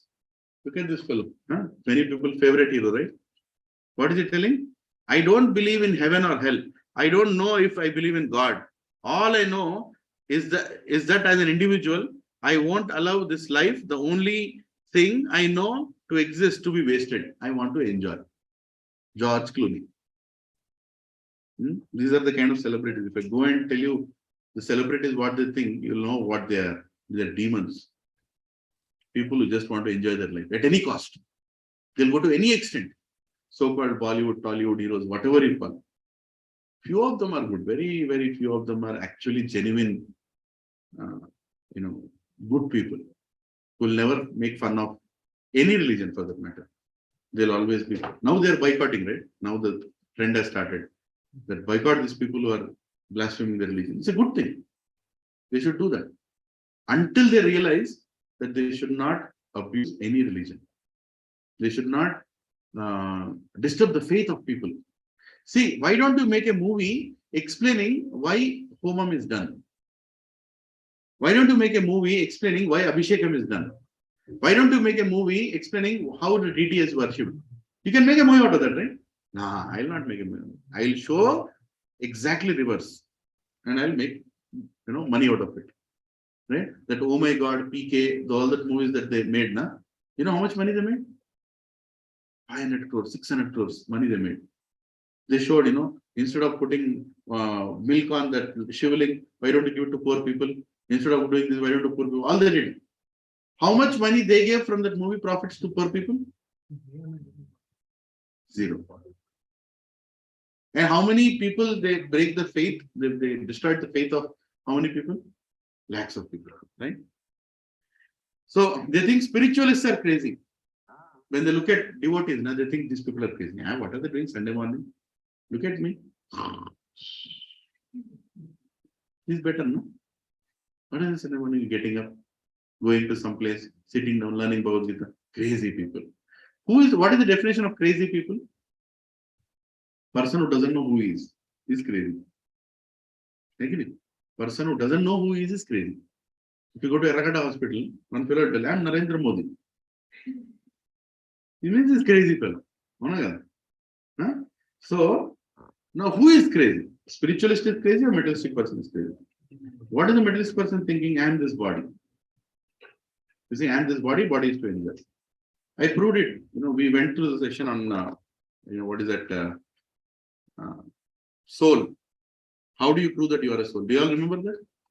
Through common sense, through so many, these many varieties I showed. Intuitive understanding, consciousness, levels of awakening, past life memories, astral body travel, near-death experiences, messengers from endless planets. So many proofs I showed, scientifically. I am not this body. Right? So spiritual person knows that I am not this body, I am the soul, I am traveling through body to body. So he will lead a life in such a way that next time he doesn't get a body. He'll try to get out of the cycle of birth and death. But a materialistic person, he doesn't know anything and he just leads a life meaninglessly, just trying to satisfy his tongue. Tongue, belly, and genitals. Same muscle is there. The person who cannot control his tongue, cannot control his belly, cannot control his genitals, sex life. So he lead a life for this, satisfying these three things. Right? Now tell me who is crazy. Person with knowledge will tell, hey, these materialistic people are crazy. But what is the materialistic person thinking? Huh? Spiritual person is crazy. Right? We were doing Janmashtami and I was taking counts of people. Right? And I've been doing it for many years now. So immediately I know the most popular secular idiot will start in the community. One fellow will be there. When Amresh Puri is always there. Right? He'll start. What did he start? Why do you have to spend all this money? Instead of giving, you can as well give it to poor people. I have standard templates are there for me to answer. With all these years now, I know what this. I know one secular idiot will come out and he'll start telling. And another popular. If you allow this, tomorrow Muslim will come, Christian will come. We should not do this. I humbly request every resident here of this community, when such replies come, support me, let us smash them. Smash them to pulp. Like patta. And only 2-3 idiots will be there. And the best part, they'll never come to that ceremony also. In the house, they'll sit. Frustrated fellow. His wife doesn't listen to him. Son doesn't listen. What should he do? Community message. That's not his job. What we should do? Smash these people. Right? Give them peace of mind. Give them nicely. I asked him, oh, really? So you celebrate your son's birthday, you spend 40,000-50,000 rupees. Give it to poor people. You have a MG car. What is it? MG. Sell that. Give it to poor people. You wear branded shoes. Sell that. Give it to poor people. Arey, what a poor people person you are. Khatam. Number. One other calculator with it. This job is to calculate how many messages are coming in WhatsApp, how many messages are coming in Telegram, how many related to religion, how many related to this. I will calculate, put a matrix. Meaning that, oh, too many messages are coming. What is your problem? My wish, it's a community thing. I'll put a message. No. So many same messages are coming. What is that? He left. He got frustrated. He left. I know he'll come back. Next day morning he's back. But nobody listens to him. Wife doesn't listen, son doesn't listen. Only person listens, community. He come matter. Right? And this is what is going on. We people should unite. Spiritually minded people should unite and stop this nonsense. Other day there was a Bhadra Purnima. A lot of people don't know what is Bhadra Purnima. Unfortunately, in India now we don't know. But there is a time you'll know. Bhadra Purnima is a day. On that day, if you give a scripture to somebody, you get a lot of spiritual benefit. No, I just posted that message in the group saying that here is Bhadra Purnima day. You can give a scripture to somebody like that. Immediate 2-3 secular idiots. They started. They immediately contact the administrator of the group saying that how can they post messages like this? Tomorrow Muslim will post, Christian will post. That administrator messaged me in the night saying that Prabhuji, he knows me a little now. They're like, you better don't post messages like this. What did I post?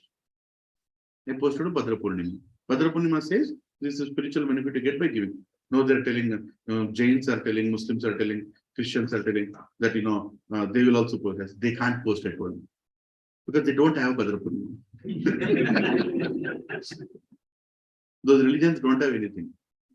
We have a lot. If you want them to talk, bring them to conference room, I'll come. They'll not come out of their houses. They'll sit in their houses. They'll type messages. They don't have the guts to come outside. They don't speak anything. See, if you're telling, don't preach this, don't say this, I'll tell, okay, come sit down, let's talk about Bhagavad Gita. You want to prove? I'll tell some verses about it. You want to tell? Very much. Money isn't it?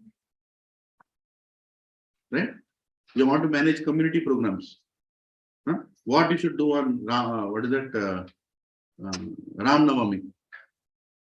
I did a program here on Ram Navami. What did I do? I just repeated some good things about Lord Ram. You should, how can you do that?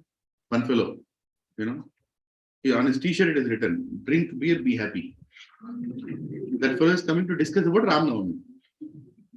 Right? He comes to the I'm a resident of the community. What does he say?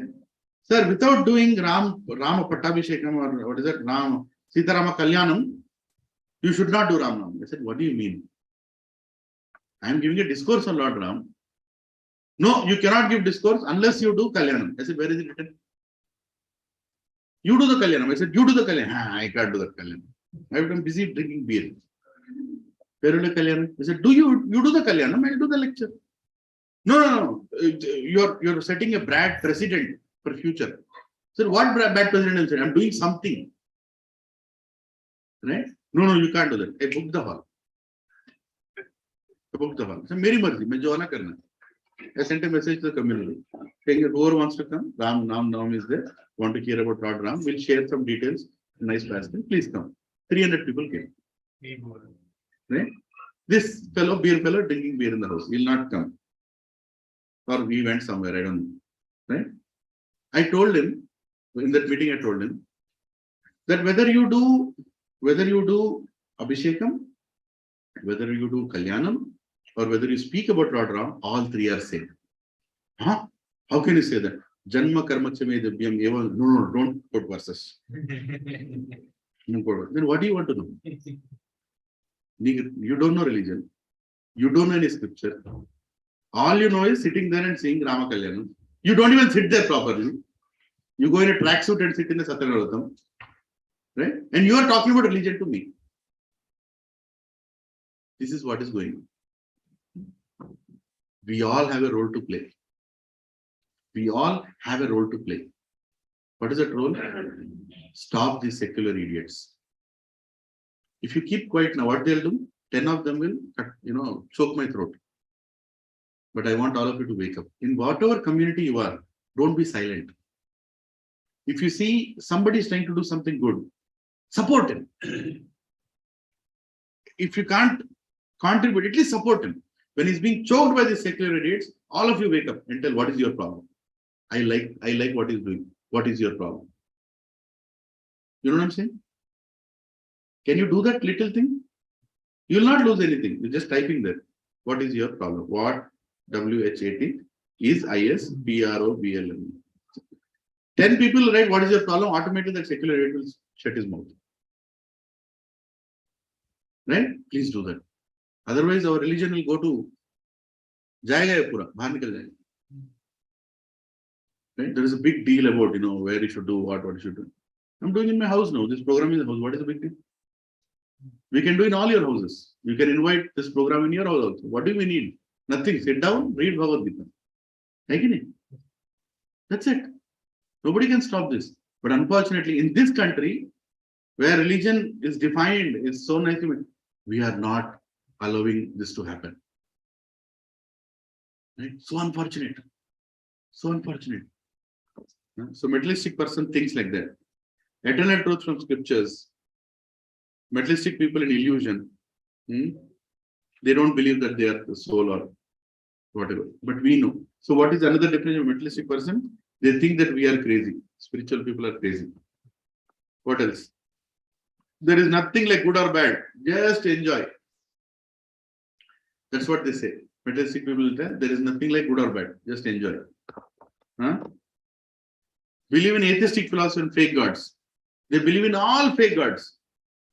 These materialistic people, it's not like they don't believe in any god. If you see that display picture, you see, go in their house, what picture will be kept? Fake gods. It is not mentioned in any scriptures. They'll worship that fellow. Why? Why do people go to fake gods? Tell me. They tell what they want. Huh? They tell what we want. They tell what we want. Yes.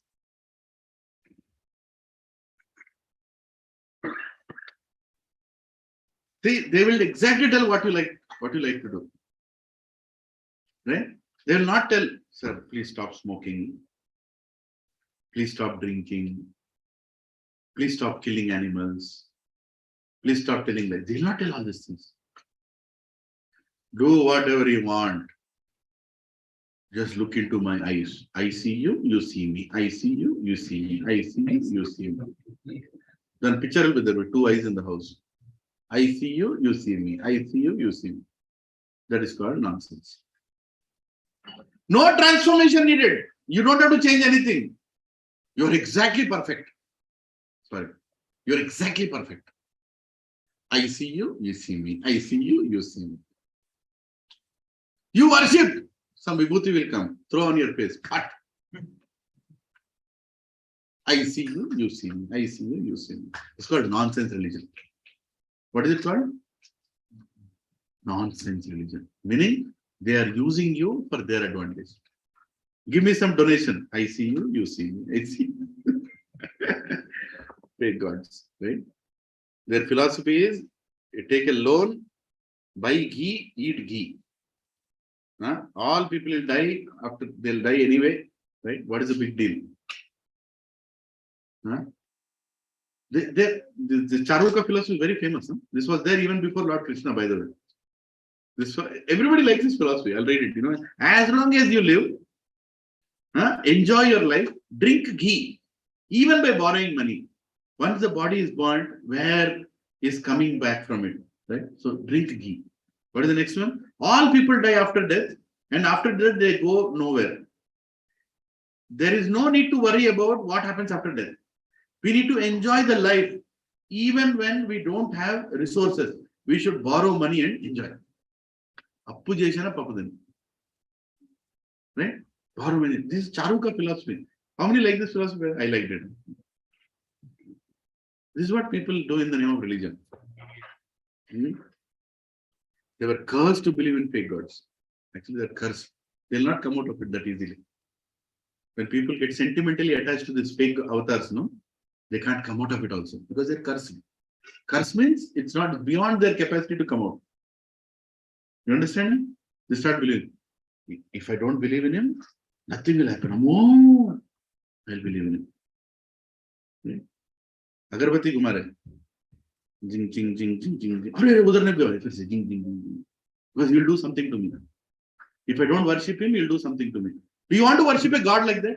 Atlanti Devuni pujistara meeru? If you don't do something, he'll destroy your life. Huh? You want to worship? These sentimental, materialistic people, that's what they do. They're sentimental. If you don't worship, something bad will happen to me. So I better worship. Why? See, simple thing. When you worshipped him, something good happened. Same reverse, other side of the coin is, when you don't worship, some bad will happen. Such kind of category people are called sentimentalists. Sentimentalists. God is not sitting there to punish you, by the way. Krishna is not sitting there, okay, find these people, Gachibali, enter punishment. Nanakaramuda punishment. No, he's not, job is not that. God is waiting for you. When will this fellow come back from Gachibali? To Goloka Vrindavan. When will he come? He's more waiting. He's sending saints, Ramanacharya, Madhvacharya, Shankaracharya, sending all these great acharyas. Tell these people to come back to me. That is God's job. God is waiting for us to come. What are you doing here? I use God to my advantage. Right? Like that. They're always busy accumulating and enjoy. Right? They're always busy to accumulate and enjoy. Now I'm going to show you one chart. With this, we'll be done with the materialistic thinking thing. There are 4 categories of people in this world. Busy intelligent, lazy fool, busy fool, lazy intelligent. What do you want to be?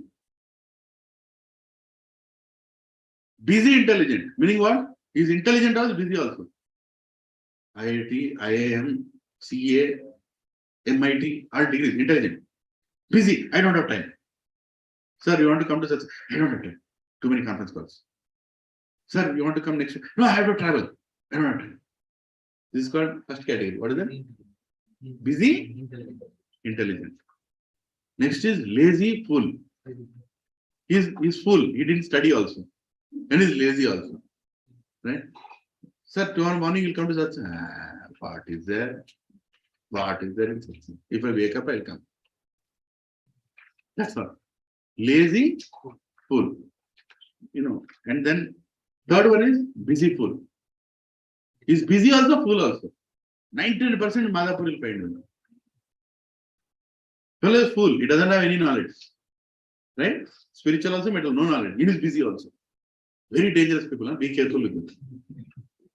Don't associate with them. They will make your life miserable. Kaam kar, kar, kar, kar, kaam kar, kaam kar, kaam kar, kaam kar. All the time, kaam. I'm working here. I'm earning money. Busy. What intelligence? Fool. They don't know anything. Right? And fourth category is lazy intelligent. They are intelligent and they pretend to be lazy. Which is the best category among the 4? Lazy intelligent. Prabhupada told, become lazy intelligent. When it comes to materialistic activity, become lazy intelligent. Little bit laziness is okay. I'm not telling you become inefficient. Thoda laziness is you have to be a little lazy, no problem. You have to finish it. We'll do it tomorrow. It's okay, we'll do it tomorrow. By the way, what all of you are doing on tomorrow morning? Office only, right? Then relax now. Right? Next Monday, what are you doing? Office only, right? Relax. Anyway, you're going to office, you'll anyway do the thing. Why you have to work on Saturday, Sunday? Project deadline it has to finish. Who set the deadline? Some greedy fellow set the deadline. He is sleeping in his house nicely. You are working like an idiot. Isn't it? Don't take things beyond a point. Even Narayan Murthy, chairman of Infosys, he told one thing. Don't be too attached to your company. Because when the company wants to chuck you out, they will not think twice. They will not think twice. They will simply remove you. Why you are thinking so much of the company? Think about your wife, think about your family, think about your health, think about so many other things, which we are not thinking. Think about it. Who will think for that? Tell me. You have to think about your family. You have to think about your health. They will not think. They'll put a deadline and say this has to finish. No worry, Baba, I'm doing this much. They themselves will come and change everything. Don't worry. They know how to. If you are working like a donkey, they'll treat you like a donkey. Lazy, intelligent. Be lazy, be intelligent. I will chant my rounds. I will do my satsang. I'll do everything. I'll also do my work. And I'll do my work perfectly. When I work for the 3 hours, I'm only working. I'm not doing anything else. You follow? I'm the best employee on the floor. When a problem comes, they'll come to me because they know this fellow knows how to crack it. But I will not work beyond 8 hours. 8 hours is my done. After that 8 hours, sir, integrity, sir, hard work, sir, 8 hours. After 8 hours, remaining 8 hours are my family and God. This is called what? Lazy intelligence. But what are materialistic people? So their busy intelligence, there is a hope. Their intelligence, we can preach them. Lazy intelligence, best in the Lord. Lazy fool, only God can help them. Busy fool, avoid them. Very dangerous. Right? You go to satsang? No. Do you know what is that? No. You want to get knowledge? No. Are you available? No. Are you busy? Yes. Busy fools. Right? Be very careful with them. They cannot see the end. They are an illusion.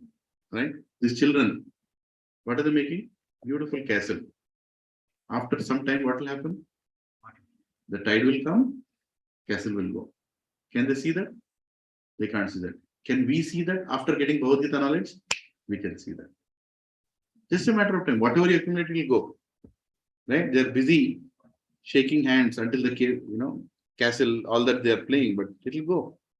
Jesus said, don't build your castles on sand, build it on hard rock. All religions say the same thing. Some principles are fundamental. Don't build your castles on sand, build it on hard rock. Right? So, in summary, materialistic people have all these beautiful qualities. I just told all these qualities. No belief in scriptures, religion as a ritual, all these things, isn't it? Now I'll tell you, in each phase of life, how these people are different from materialistic people. Spiritual people and materialistic people. Right? Spiritual life, material life. Can you see from far away that first one is youth and marriage, which is 0 to 15 to 25 years. Next is kids and family, 25 to 45 years. And then old age and retire. 45 old age, probably too much. But still, 45 to 55 years. Prepare for death, 55 to 80 years. If somebody is already 55, don't feel bad. Okay. But anyway, if you bucket these 4 things, how do materialistic people live? How do spiritual people live? Right? Simple thing. Spiritual people, spiritual life, expansion. Meaning, how can I make more for the future? Even spiritual people work hard. 15 to 25 years is a time when you should study. Get good education, get good job, get good business. Right? You should do that. Same thing in materialistic people also do. Then next 25 to 45, settle. Meaning what?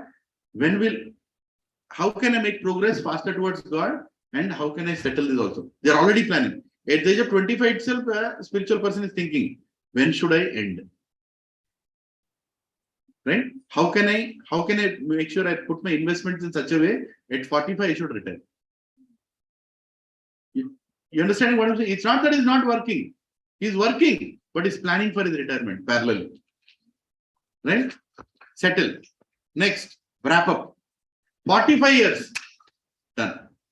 If I'm working also, I'm working on my terms. Right?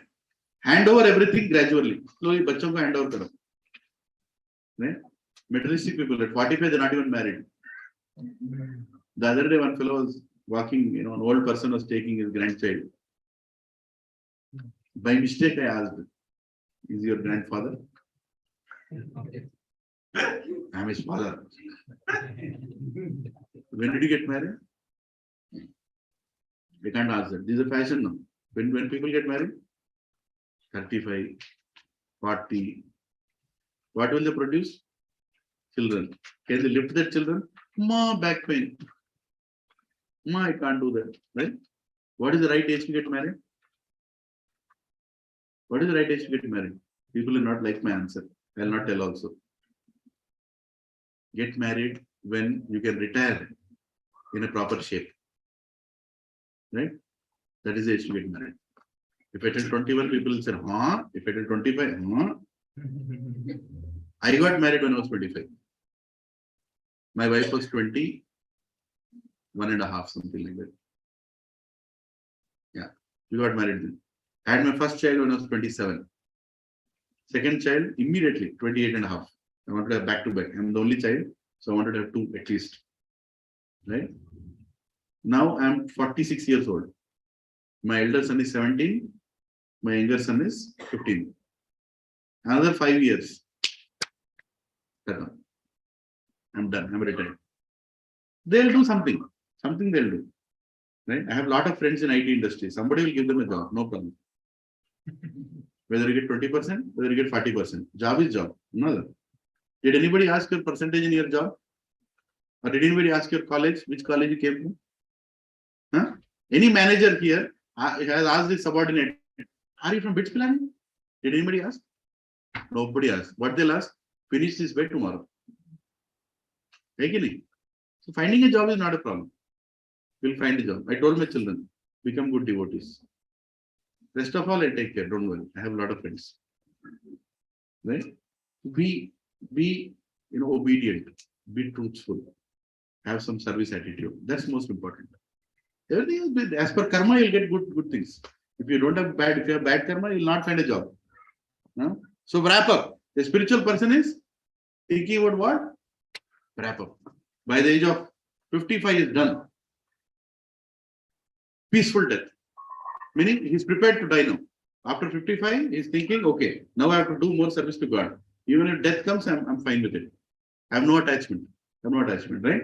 No attachment to anything. Lord Krishna is waiting to hug him. Right? And he's going to die. And how is he going to die? Like a cat taking the kitten. Materialistic people die. You also die, I also die. There is a difference. When a materialistic person dies, his death is different. When a spiritual person dies, his death is different. Death is death. But how is it different? How does a cat take its kitten? Teeth. With its teeth, it will hold and it will take. Are the cat's teeth sharp? Very sharp. But is the kitten crying? It is sharp. No, it is nicely comfortable. Right? So a spiritual person dies, death comes like a lover coming to hug. Krishna is coming to hug. Come, beta. But how will a materialistic person die? Like a rat in cat's mouth. Same cat. When it catches a rat, how will it catch? With the same mouth. When they catch itself, the rat will die. Out of fear. Because they don't know where they'll go. See, I know where I'm going. Right? If I'm practicing sincerely, continuing like this, I know Krishna will come and take me. I know Prabhupada will take me to God. Simple. No tension only. Is death a problem for me? No, I know. Anyway, it has to come one day. I'm waiting for Krishna to come. Right? Tell me, a girl, when she goes to her sasural, is she more happy if it's a love marriage or an arranged marriage? I'm not telling arranged marriage is good or love marriage is good. That's not my question. I'm asking, if you know that boy previously, if you know that family previously, against you don't know that boy that much, you don't know that family. When is she more comfortable, arranged marriage or love marriage? Love marriage. It's a different thing. After that, everybody will fight. That is not my question. I'm saying when they go to the in-laws' house, the girl is very happy when it's love marriage because she already knows this. My husband I know him well, and his mother also I know him well. They'll take care of him nicely. Is it true? Same is the case of spiritual person. I already know who is going to come and take me. So I'm confident about it. Right? So that is called spiritual life. Live peacefully, die peacefully. Now, materialistic life. What is so the 4 phases? Expansion, settle, wrap up, peaceful death. These are 4 phases of spiritual life. What are the 4 phases of material life? Expansion. First life, expansion. Right. We all have to expand. Work hard, settle down, make enough. What is the next phase? Expansion. I should be honored. I should settle down nicely. One more house. Third phase, expansion. Even when you're sitting in that old people, they're sitting in that park. What are they discussing? Property. Property. Compound or gatlena? You did not build the compound wall. You did not sell that land. You did not get that house. Huh? Is the tenant paying properly? How much is the square feet rate? There is a owners group in every apartment. You should be in that group. Every day one old fellow will write, what is the square feet rate? One old fellow will come and sit in the garden. He'll remove one paper, one small book and pen. His properties will listed there. Plot in Tellapur, house in Gachibowli, land in village, one plot outside the city. 2 lakhs, 22 lakhs, 1 crore, 1.5 crore. Next day morning will come. I think it is 1.1. It increased. We'll write it down. Again, next day he'll update. He'll increase. That his job is to see that and he'll enjoy. Even in the old age, he's thinking about what? Expansion. Will he die peacefully? Huh?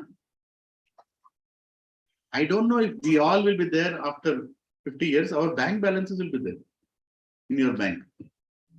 Your bank, after 50 years, your bank balance, you will not be there. What will happen? You will take birth like a dog and you'll sit outside that bank. My fixed deposit. My mutual fund. It's all there in the bank. You are not there. Right? That is the truth. Last, painful death. Very painful death. They'll be scared. Scared to death. They'll be. Scared to death. Very, very painfully they'll die. Right? So hold on to everything and they'll actually take, scriptures say that people take birth like lizards, mosquitoes, birds, snakes around that house. They are so attached to that house. They can't go away from that house. It happens like that. Huh? Yeah. Till now we discussed about whom? Lawbreakers. 90% of the people. Right? Now we'll discuss briefly. Yeah. About law abiders. Who are the law abiders? Karmis, Jnanis, Yogis, Bhaktas. There are 4 kinds of law abiders. So much of time I spent only on law. What is the time? Your mobile? 10. 10. No problem. So now we'll talk about law abiders. Law breakers is, you already know, materialistic people. You all know the features, right? Now law abiders. Law abiders are of 4 kinds. Karmis, Jnanis, Yogis and Bhaktas. Karmis are of Sakama Karma, Nishkama Karma. I'll tell what is this. Jnanis, impersonalists, personalists. Yogis, Ashtanga Yogis, Bhaktas. Okay, so merely following God's laws is not important. The consciousness behind them makes all the difference. Whatever you are, the consciousness is very important. You can be a karmi, you can be a yogi, you can be a jnani also. But if you want to become a devotee, consciousness is right, everything is okay. Okay? Now, Sakama Karmis. Sakama Karmis means pious materialistic people. They are materialistic only, but they are pious. We know the all features of materialistic people, right? But these people are little pious. Meaning, every festival they'll give donation. Wherever there are cows, they'll give some grass. Wherever there is something going on, they'll give some charity. Right? They'll also follow religion. They'll also, they're people in the mode of goodness, sattva, right? So they follow scripture. Not very important. If you call them for satsang, they'll not come. Like, I'm happy what I'm doing. I'm happy what I'm doing. Okay? That kind of, you'll see this category, many of them. Devotion based on fear and material expectation. They're always scared. On this muhurta, if you don't do, it's a problem. On Tuesdays, I will not give money. Receiving, I'll take. They are principles, right? On Tuesday, I will not sign a check. On Thursday, I will not sign a check. Have you seen people like that? Anybody? They're called pious materialistic people. Muhurtam. Dura muhurtam, they'll not do anything. Money is coming. Dura muhurtam is also right muhurtam. No problem. Right? So act in current life, expectation in next life. They give charity, food, clothes, medicine, so that if they give food in this life, they'll not be hungry in next life. If they give clothes in this life, they'll not be naked in next life. If they give medicine in this life, they'll not be sick in next life. These are all what is it? Karma Kanda section of the Vedas. Where you do something, you get a result. Do something. It actually works. Actually works. But what is the problem with this? it still take. Again take birth, again disease, again old age, again death. Right? So, but these people are kind of okay with it. Okay, they don't understand the real four problems. They don't understand. Birth, death, they will hear it, but they can't understand. See, a lot of people I told about birth, death, they're not serious about it. Even now they are okay, what is that? I'll die, you'll also die. They'll only think like that, they'll not have any more knowledge than that. They work very hard forgetting the purpose of life, obviously. Rishabh Dev is telling this in 5th chapter, or 5th canto, 1st chapter, 1st verse, is telling about what is the character of this pious materialistic people. There is a verse, I'll just read it. Lord Rishabh Dev told his sons, "Dear my boys, all the living entities have accepted material bodies in this world. One who has been awarded this human form should not work hard day and night for sense gratification, which is available even for dogs and hogs that eat stool. One should engage in penance and austerity to attain the divine position of devotional service. By such activity, one's heart is purified, and when one attains this position, he attains eternal blissful life, which is transcendent to materialistic happiness and which continues forever." So Rishabh Dev teaching to his sons, if you have Bhagavatam, you don't have Bhagavatam, take one, but start reading it. Beautiful explanations are there. Rishabh Dev is the one who spoke this philosophy to his sons, and the whole philosophy combined is what Jains have to follow. Jains, right? They are actually followers of Rishabh Dev. But somewhere in between, one king came and he appointed some other 2 ministers. He changed the whole philosophy. Entire Jain philosophy changed now. But actually, Jains are the followers of Rishabh Dev's teachings.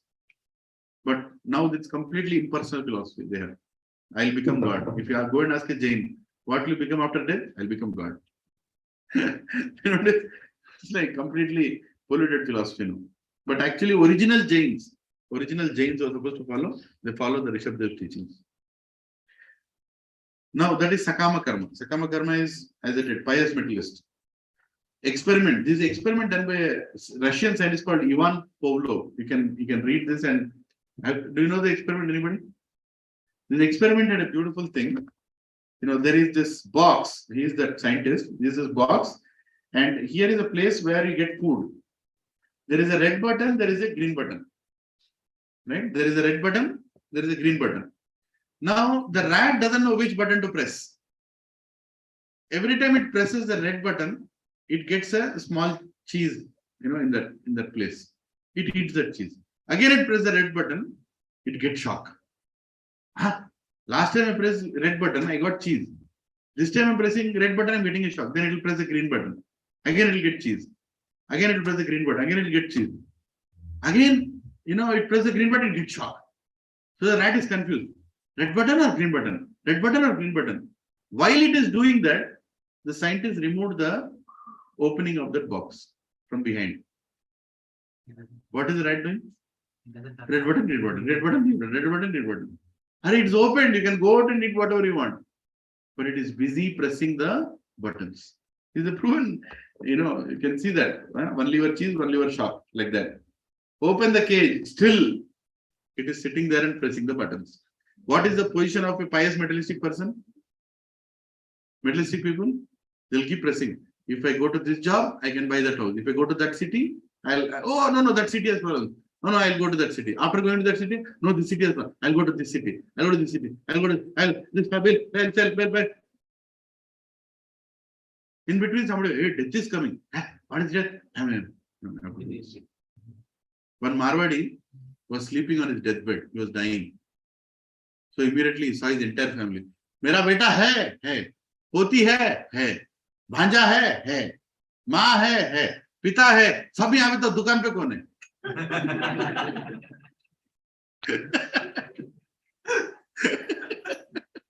even in deathbed is fellow thinking दुकान पे कौन है everybody is here. That is called a pious materialist. He only thinks about business. In Padma Puran there is a story. Quickly I'll tell. A very nice story. There is one father who doesn't want to retire. There are many fathers like that actually now. In those days, very rarely one father is there who doesn't want to retire. That fellow, his children have become 50 years now. He has become 75 years. Still is not retiring. He still has to run the family business. Right? They do clothes business. So he doesn't want to retire. His children are thinking, how to make my father retire? We also have a life to lead.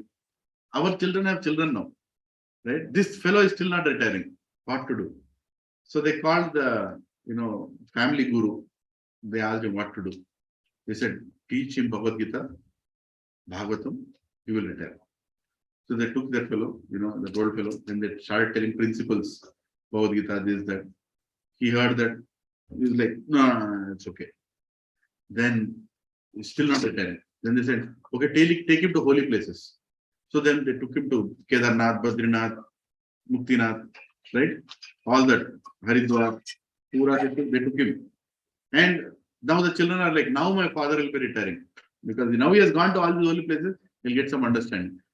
That fellow got down from the station, instead of coming home, directly went to office. Because so much work is pending. Hare Rama, children are thinking what to do now, how to make this fellow retire. Then they decided. Then the family priest told, penal astra we have is Kashi. We will take him to Banaras, that Kashi, that ghat is there, but the dead bodies are burnt. You should take this fellow there. If there his heart will melt, 100% it will melt. So that fellow takes him. He tells the priest tells, okay, sir, one more dham, one more holy place will go. He said, which one? Kashi. So they take him there. And they directly take him to that place where all the bodies are being burnt, everybody is dying. Gory place actually. This fellow sits there, he sees everybody. And whole day he sits there. In front of him, like 50 bodies are burnt. And he's looking at, hands, legs being burnt, ashes they're removing. And he starts crying. Immediately, family priest will feel, Kaam ho gaya. Who has to come? Now he's crying means he has got detachment. He starts crying. Then he tells, Sab, let's go home. He starts crying more. Sab, rehne do. I know why you're crying, but let's go home. Then they bring him home. Right? And then the sons are told, Vira Bab Roya. He cried. In Kashi, he cried, he's all set now. All children like, yes, our father is going to return now. And he comes and he starts, they all sit in the hall. And the children are asking the father, Papa, we are very sorry you sent him there. No. I understood what is life. I understood. I could see all that happening. I am such a fool. Whole life I wasted. I was doing cloth business. I should have just done wooden business. 365 days there is demand for wood in Kashi. Our cloth business is seasonal. 3 months in a year we cannot sell any clothes. The children are this kya hoga? What can we do to get so detached? Right? That is the situation today. Pious materialistic people. For them, earning is important, burning is important, and religion is also important. Right? Leading a pious lifestyle, safe philosophy. Do good, current happiness. Avoid bad, future suffering. So they have that. So if karma will not, doing active as scriptures, will not take one over the cycle of birth and death, then why did Lord Krishna give such kind of scriptures? See, 99%, almost 70% of scriptures talk about karma kand. Meaning, you do this, you get that. You do this, you get that. You do this, you get that. That's what the scripture. Then the question is, why did Krishna give it then? Can we tell why did Krishna give that kind of scriptures? Level of understanding of the people. That's the beginning. At least he's following some scripture. At least he's doing what the scripture says. Right? Suddenly people can't go to Bhakti. You can't go to Bhakti suddenly. But you have to start somewhere. Okay, chase the tappu, we chase the oppu. At least he's following them. Then ultimately you'll understand that satisfying God is the greatest. Right? Some start. Krishna gives that answer. So Sakama Karma is not Bhakti Yoga or Karma Yoga. Sakama Karma is the beginning of Karma Yoga. Actual Karma Yoga is Nishkama Karma Yoga. What is Nishkama Karma Yoga? Nishkama Karma Yoga, Jnana Yoga, Ashtanga Yoga, Bhakti Yoga. Right? Here, Karma Yoga detachment from fruits of work. Jnana Yoga raises your consciousness through knowledge. Ashtanga, mechanical process, Bhakti Yoga, connecting with God in love. Right? Here, Krishna says, perform your duties without attachment to results. That is Nishkama Karma Yoga. I will do it, whether it will bring any good to me or not good to me. I'm doing it for your satisfaction, oh Lord. Mai sarvani karvani, he said 3.30 is saying, therefore, Arjuna, surrendering all your works onto me, with full knowledge of me, without desiring of profits, with no claims to proprietorship, and free from lethargy and fight. See, when the Mahabharata war started, please hear this attentively. When Mahabharata war started, Arjuna started the war with revenge. He wanted to kill Karna, he wanted to kill Kauravas, he wanted to take revenge. Right? But what is the problem with that mentality when you go to a war? When you go with a revengeful attitude, what is the problem? You can leave the revenge also, right? That's what happened. As soon as he saw his grandfather, he saw his guru, he saw his brothers, I think Krishna, it's okay, I'll compromise. This is Dharma Yuddha. This is not revenge Yuddha. This is Dharma Yuddha. Then Krishna told him, don't do this war for revenge. Do it as a duty. It's your duty as a Kshatriya. One woman was abused in Rajya Sabha. How can this be tolerated? Krishna is very clear. Draupadi, the woman, was abused in Rajya Sabha in front of all these kings. If you don't punish Duryodhana now, then there will be hundreds of Duryodhana in future. And what they'll quote? No, he did, I'll also do. There is no question of pardoning, he has to be killed. That is called Dharma Yuddha. Dharma Sansthapanarthaya Sambhavami Yuge. He is not here to revenge the Sansthapanarthaya. Dharma Sansthapanarthaya. Sometimes, for the sake of Dharma, even if you have to leave your children, you have to leave. There's no thinking about it. You leave your house also, you have to leave. Leave your kingdom also, you have to leave. Right?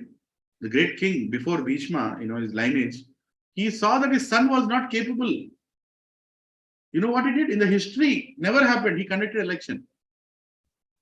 And he got the right conscious person and he made him the king.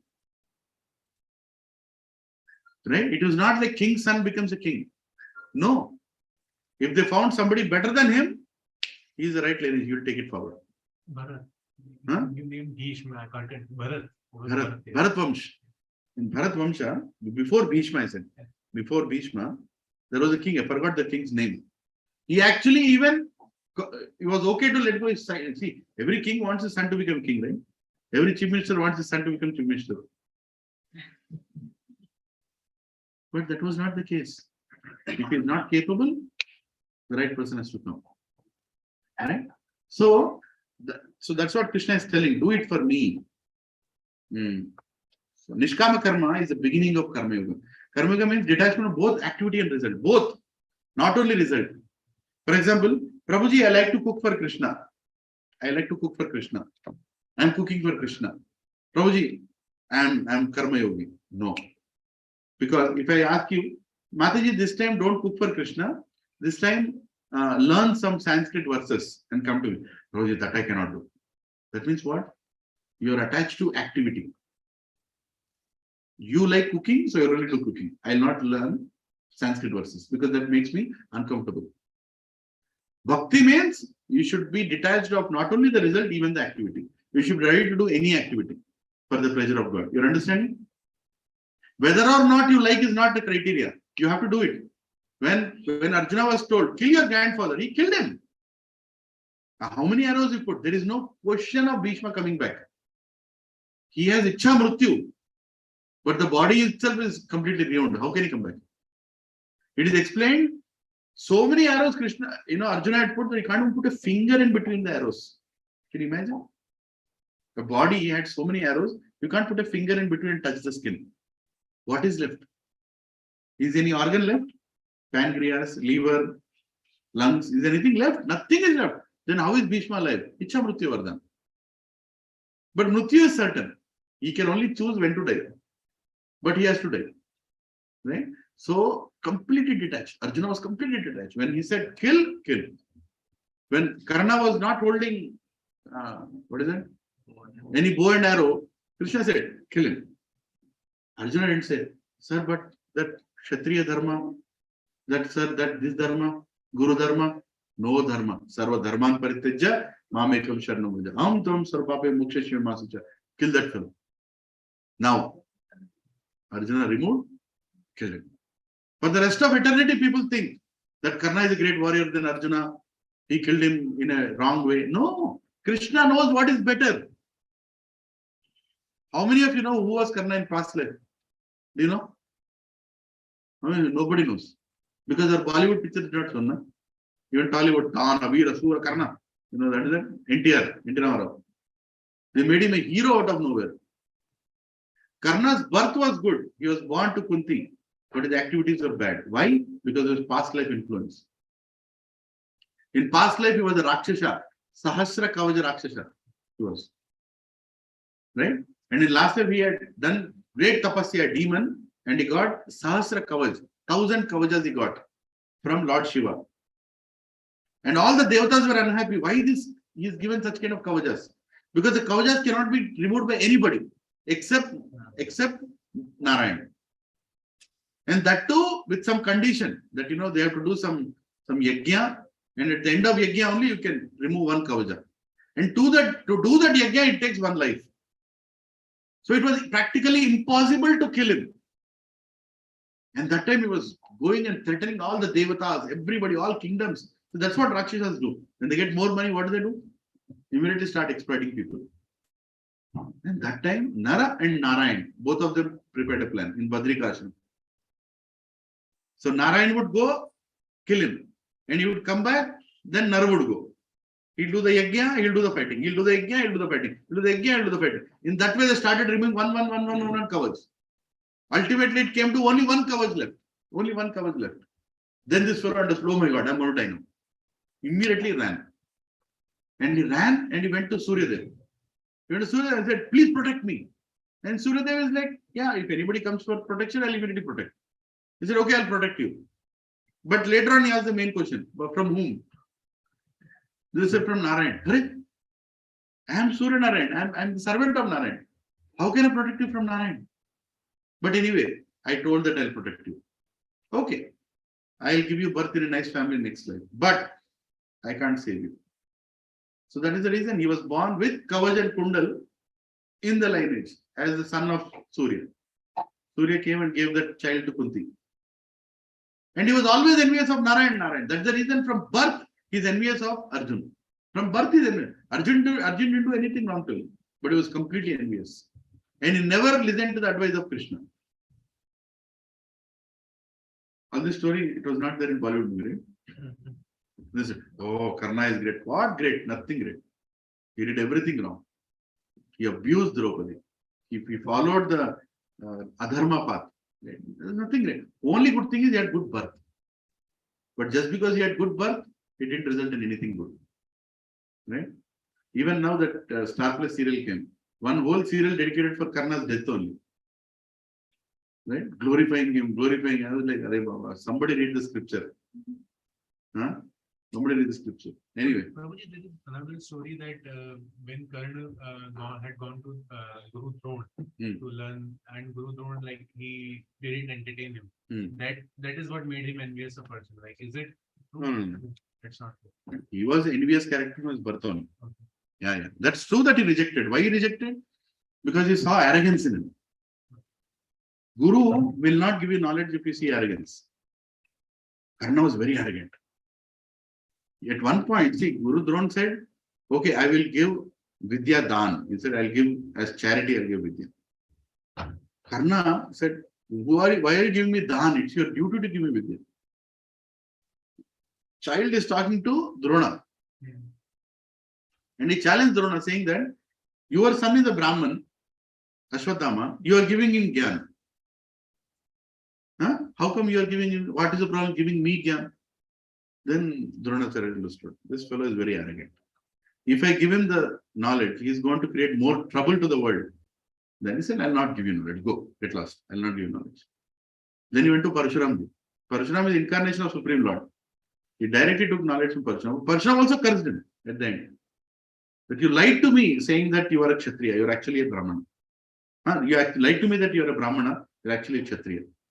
On that incident of that insect biting him. Mhm. Tolerating tendencies, so much only Kshatriyas. Mhm. And then when this knowledge is most needed to you, you'll forget it. That curse always carried it. And Karna had so many curses in his life. Because see the whole motive, it's a different discussion about Karna. We'll discuss some other time. So many things about it. Yeah. We'll go further forward. So Nishkama Karma, you're not only attached to the not attached to the activity also, result also. Why are you all coming here to satisfy God? Forget about knowledge. I don't have any knowledge, I cannot give you any knowledge. Whether or not you're getting knowledge, that's not important. You have come here means Krishna is happy. Why? You're listening about Bhagavad Gita. He's happy. We are coming here to please Krishna. Whatever I'm doing here is to please Krishna. Right? Whatever we'll do in life is to please Krishna. That's it. Right? Karma yogis don't know if God is accepting their offerings or not. Jnana yogis know. That's something about Jnana yogi. So Karma yogis will do the thing, but they don't know whether Krishna is accepting their offering or no. But they do it as a duty. They're pure. Jnana yogis get that knowledge also. Karma yoga is a gradual elevation to Bhakti yoga. See, ultimately, karma becomes karma yoga only when you do it with bhakti. Bhakti is there in all yogas. It's not, somebody asked me a question. Like, Prabhuji, is karma yoga better or bhakti yoga better? Like that. Or one other person, this was even ridiculous. He said, Prabhuji, can you come to Satsang? He said, no, Prabhu, you follow bhakti yoga, I'll follow karma yoga. Huh? Right? So they even divide that, say, I am a Jnana yogi, you are a Bhakti yogi. They don't understand what is the relationship, what is the purpose of that, they don't understand. Right? Jnana yogi. Jnana yogi, full knowledge of God. Neti, neti, neti, not this, not this, not this process. Very difficult process. Jnana yogi means you'll have to know, God doesn't like this, doesn't like this, doesn't like this, likes this, likes this. People don't like to actually follow. Two kinds of jnanis, impersonalists and personalists. We discussed about it last week. Impersonalists means the people who don't believe that God is a person. He is an energy. I'll go and merge in him. I'll become God. But personalists are the people who actually say that God is God. I'm eternally a servant of God. Right? The big topic. Please refer to last time. So Mayavadis, impersonalists. No name, no form, no qualities. That is the definition of God. Personalists. No material name, no material form, no material qualities. That is what a devotee thinks. God is great. He doesn't have material guna like you and me. Sattvagun, Rajagun, Tamagun. God doesn't have this guna. I have that guna. That's why it's called Nirguna. Nirakara. He doesn't have akar like me. He has a spiritual akar. That's the right understanding. But what do people think hearing Nirakara and Nirguna? God doesn't have a form, God doesn't have qualities. No. Qualities like me, form like me. So this only bhaktas understand. Right? So misunderstanding. There are a lot of Ishopanishad also says that there is effulgence of the God. People see that effulgence and think that that is God. But that's not God. That's effulgence of God. The beautiful verse. Ishopanishad, 15th verse. O my Lord, sustainer of all lives, your real face is covered by your dazzling effulgence. Kindly remove that covering and exhibit yourself in the pure devotee. That means there is somebody behind that effulgence. People see that Brahman and they say that that is the end. No, there is a person behind that Brahman. So Mayavadis compare Jiva body and Ishvara body and disrespect, So I already discussed most of it, so I'm going a little fast. So Jnana Yoga, impersonal path is troublesome. This is also mentioned in 12th chapter, 5th verse. See, you can even quote the verse. Some people will tell, my marzi, I like to be impersonalist. What is your problem? So here is the problem. Krishna is telling, for those whose minds are attached to the unmanifested, impersonal feature of the Supreme, advancement is troublesome. It's very clearly telling. You can't advance. Ultimately, you might reach, but it will be very, very troublesome path. Right? So Jnana yogis continuing to them, they're like, I don't know how they can love something called Brahman. Can you all love a tube light? Anybody here who has fallen in love with the bulb? It's not possible, right? So they think that it is possible. Then they go there and they fall down. They don't know what else to do. They fall down. And whatever I'm saying is also there in scriptures. I'll show you the verse. Impersonalism is very dangerous. Chances of fall down are more. No devotion to God. So there were a lot of impersonalists which became devotees. For example, Sukadeva Goswami, who told Bhagavatam, was a Brahmavadi, kind of impersonalism. But as soon as he heard Srimad Bhagavat from his father, he became a devotee. 4 Kumaras, they were also Brahmavadis. As soon as they went to Vaikuntha and smelled the tulasi from the feet of Lord Narayan, they became devotees. Then the Jai Vijay came and stopped them, that story and all you know. But all is there in Bhagavatam. Vedas are full of flowery words which can detract them. Now, Krishna is the one who established Vedas. And he's also saying that 75% Vedas is Karmakanda, meaning they will unnecessarily distract you. Right? Now, where is this verse? Very simple. It is there here. 2.42. Right? Here it says, men of small knowledge are very much attached to the flowery words of the Vedas, which recommend various fruitive activities and elevation to heavenly planets, resultant good birth, power, and so on. Good birth and power and so on. Being desirous of sense gratification and opulent life, they say that there is nothing more than this. A lot of people say that only, right? Dhanam praptirastu, Arogyam praptirastu, Moksham praptirastu. Moksham is what? Temporary cessation from problems. Right? Mukti, moksha, same kind of word. Bhakti is permanent, but they'll not speak about bhakti. Bhakti praptirastu, I have not heard nobody telling so far. Very rarely they say that bhakti praptirastu. Now let's come to Ashtanga Yoga. We'll finish fast. Ashtanga is basically 8 limbs of yoga, right? Ashta means 8. So what are the 8? Ashtanga Yoga means generally what? Exercise. Right? No, it's not exercise. Before the exercise, there are so many other steps which those people will not tell. None of the yoga institutes will tell this. What is the first? Does anyone know? 8 limbs of yoga? Yama, Niyama, Asana, Pranayama, Pratyahara, Dharana, Dhyana, Samadhi. Right? There are 8 limbs of yoga. But what do people make business out of? Asana. Little bit of pranayama. Right? Mainly asana and pranayama. So, niyama means do's. Yama means don'ts. What you should do in life, what you should not do in life. That is part of yoga. So actually, if you have to go and join a yoga institute, before telling you the asanas, sir, sit down, take your tummy inside, Kapalbhati. Before that, what is supposed to tell you? What are yamas and niyamas? What you should eat, what you should not eat, how you should live, whom you should worship, how you should worship, what should lifestyle, what should not be alive. Everything they have to tell. Education. Then asana should start. Right? Asana means physical postures and positions. Pranayama, breath control, slowing down your breath. Why do you slow down your breath? You can increase your lifespan. Simple. We all have come with fixed number of breaths. How many breaths you have, brother? You don't know. But there are fixed number of breaths. After the last breath, you can't get additional breath. Unless Krishna's special bonus breath he gives. Otherwise, we all have come with fixed number of breaths. So, it's very bad. Very bad.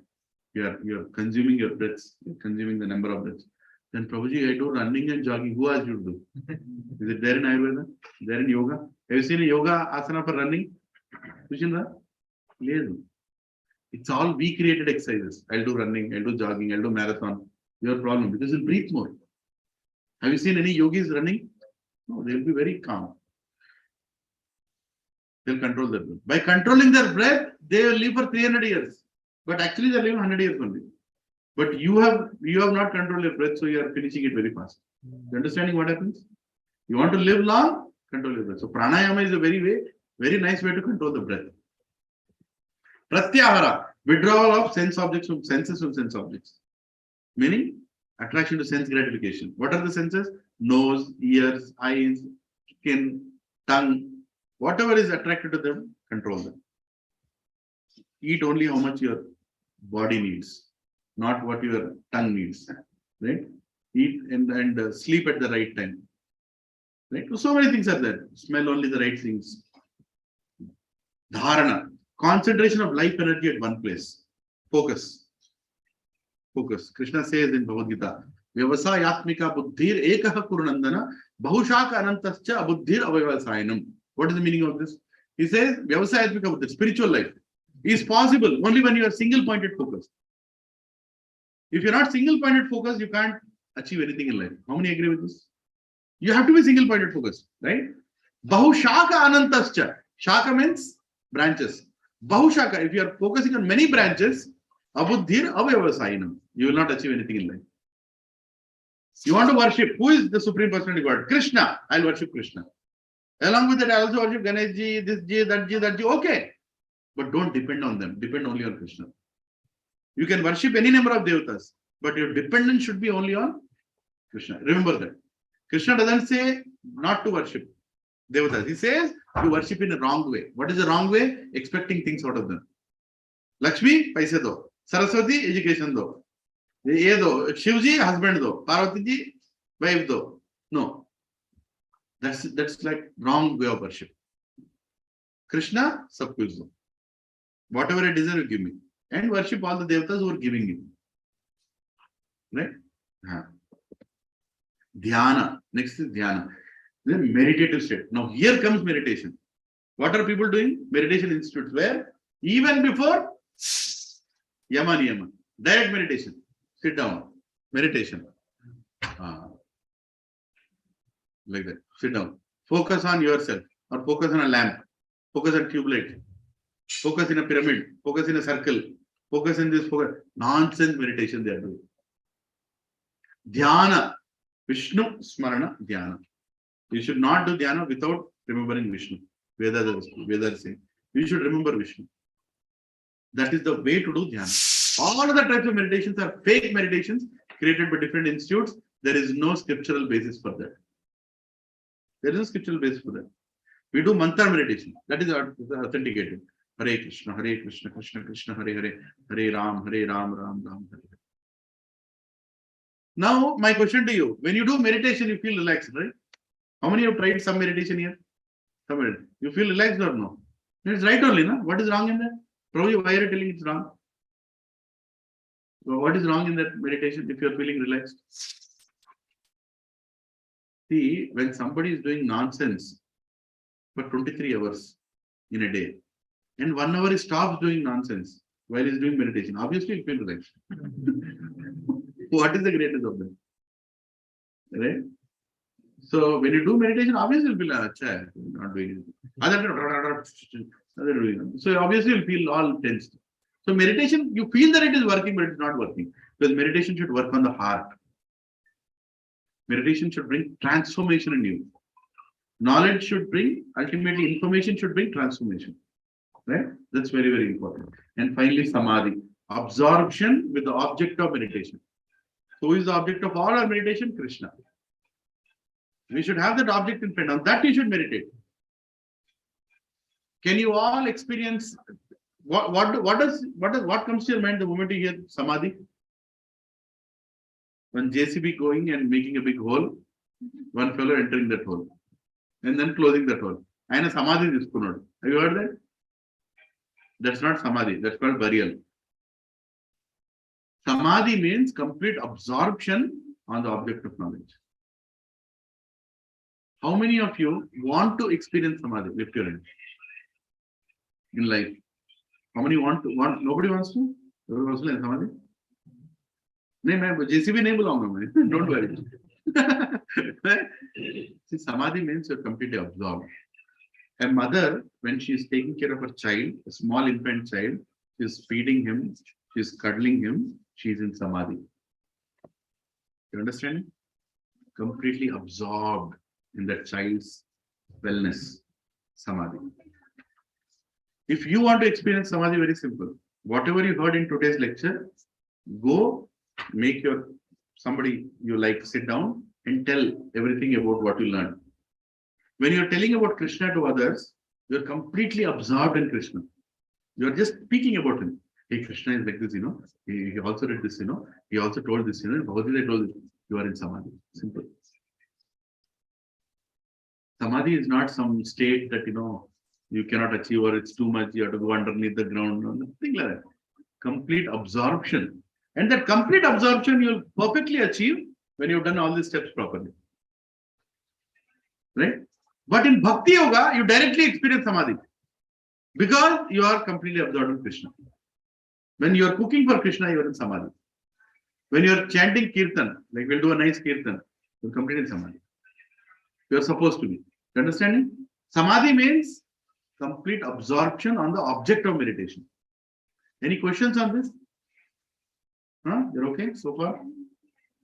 Yamas, restraint. So there are so many yamas. Don't do this, non-violence, truthfulness, stealing, celibacy. They are do's and don'ts. Very strict rules, right? So anyone is disqualified if he does not follow even one step. Like if you don't have a certain height, you can't be in army. You can't go and tell human rights there. Huh? I am 4 feet tall, I should be in army. They tell no, you're not even as tall as a gun. Rifle is taller than you. How can it be given? So you have to have certain qualifications to be in army. So in the same way, to practice yoga also, you need to gain those qualifications. Right? Bhagavad Gita 6th chapter explains the details. But very difficult to observe in Kali Yuga words. Arjuna says, here is an yoga. No, there is a verse where directly Arjuna says, whatever is you are telling is, Krishna seems to be impractical. Krishna sits straight, like, neck and the head absolutely straight, and then focus on the tip of the nose and control your breath, ingoing and outgoing, and stop breathing with it. Arjuna says, Krishna, this is impractical. Tell something which is more practical.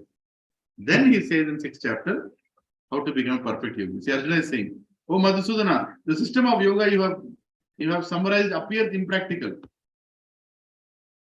Appears impractical to me, for the mind is restless and unsteady. I can't do that. Oh, Arjuna is telling he can't do it. What are you and me? Huh? You are going, Toji, I can do meditation. Arjuna is feeling like that. Right. Can you compete with Arjuna? What is Arjuna? His level of meditation, his level of sense control. Here it is mentioned, right? Control your senses. Pratyahara. Arjuna faced Urvashi. Urvashi is a heavenly damsel. So many kings have given their life for Urvashi. And Urvashi went to Arjuna and said, I want to associate with you. And Arjuna says, no. Because you associated with one of my forefathers, you indirectly are my mother. What kind of sense control you should have to tell no to Urvashi? You can't. We have not seen Urvashi. All we have seen is, I don't know. You can't imagine what is heavenly beauty. Right? So Arjuna had that. So even with that person is saying, what is he saying? My mind is restless and unsteady. So how to curb the mind? Arjuna, Krishna, I don't think your yoga system is right. So Ashtanga Yoga. So by doing Ashtanga Yoga, you can get siddhis. A lot of siddhis you can get. We talked about it. Anima, Mahima, Garima, Lagima, Praptika, Prakamya, Ishta. And finally, I forgot the Vasitva. You learned it in some shloka, is it? In a movie song it is. Movie song? Really? Yeah. Sitaram Shastri writes. Hare Krishna. So all these things are great. You can get all this by doing meditation. But what is the use? Hanumanji says nonsense it is. It is a big distraction for me in bhakti. I don't want all this. I only want the lotus feet of Lord Ram. By the way, October 2nd, next week, we are not doing this class. Instead, at 11 o'clock, you all can come to the here in the clubhouse. So during Ram Navami, one of the residents asked me to give a class on Hanumanji.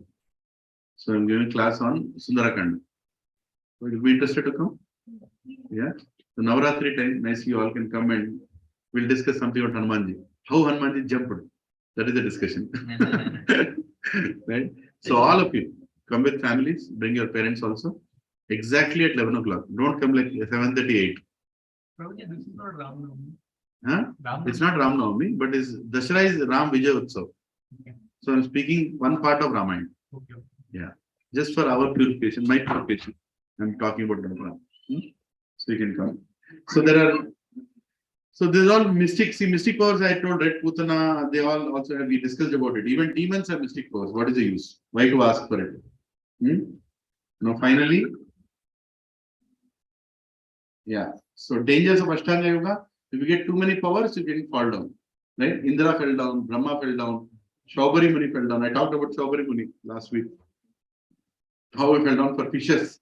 Vishwamitra fell down. Vishwamitra could do tapasya in between icebergs. Sitting between icebergs. Can somebody sit in this fridge for half an hour? Actually, I bought this episode. It's big enough that the person can go inside. You can't stay inside for more than 5 minutes. Huh? Even if you get oxygen. What to speak of Vishwamitra?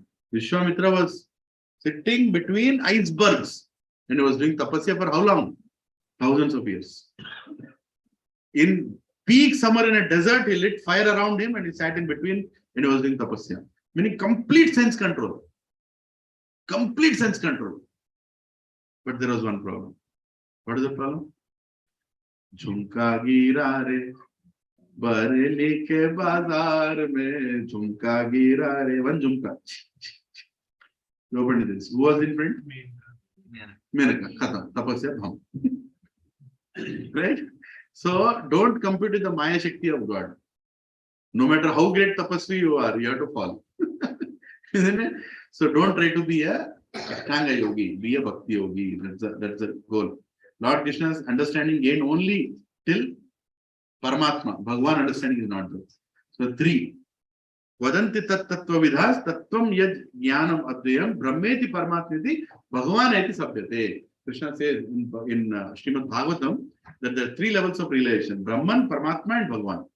So through Karma Yoga, through Jnana Yoga, through Ashtanga Yoga, you can only reach till Paramatma. But Bhagwan realization happens only when you go to Bhakti Yoga. So very beautifully in Brahma Samhita also, he explains, Lord Brahma is explaining the same thing. Now finally Bhakti Yoga. Bhakti Yoga is akama karma. So you do it for the pleasure of God. There are 3. Bhakti Yoga is simple. I don't want to spend too much time on Bhakti Yoga. We are all already doing Bhakti Yoga. By listening about Krishna itself, we are performing Bhakti Yoga. Right? Simple. There are 3 things that are eternal in Bhakti Yoga. Bhakti, Bhagwan, Bhakti and Bhakta. These 3 things are eternal. Meaning, I am worshipping God when I am in the material world. I will worship God when I go to spiritual world. And there also I'll do worship only. It's not like I'll go to spiritual world and say, okay, now Krishna, you serve me. No. There also I'll serve you. Bhakti is eternal. In case of Mayavadis, Bhakti is not eternal. You know what they say? Okay, I cannot connect to God, so I need a murti. I cannot connect to God, so I need a temple. Temple and murti worship I will only do now until I become God. And then I don't need to do worship. That's what they say. But that's wrong philosophy. In Bhakti Yoga, all the 3 are eternal. Always. Bhagavan is eternal. Krishna is always eternal. You are also eternal. You are a soul. You are part of him. You never die. And Bhakti is also eternal. You are always a servant of Krishna. Yes. Right? So the same thing I have mentioned here. In Chaitanya Charitamrita, here Lord Chaitanya Mahaprabhu beautifully says this verse. I'll read the translation. Please focus. Lord Krishna, when he came as a devotee, he is telling, I am not a Brahmana, I am not a Kshatriya, I am not a Vaishya or a Shudra. I am not a Brahmachari, I am not a Grahastha, I am not a Vanaprastha, I am not a Sannyasi.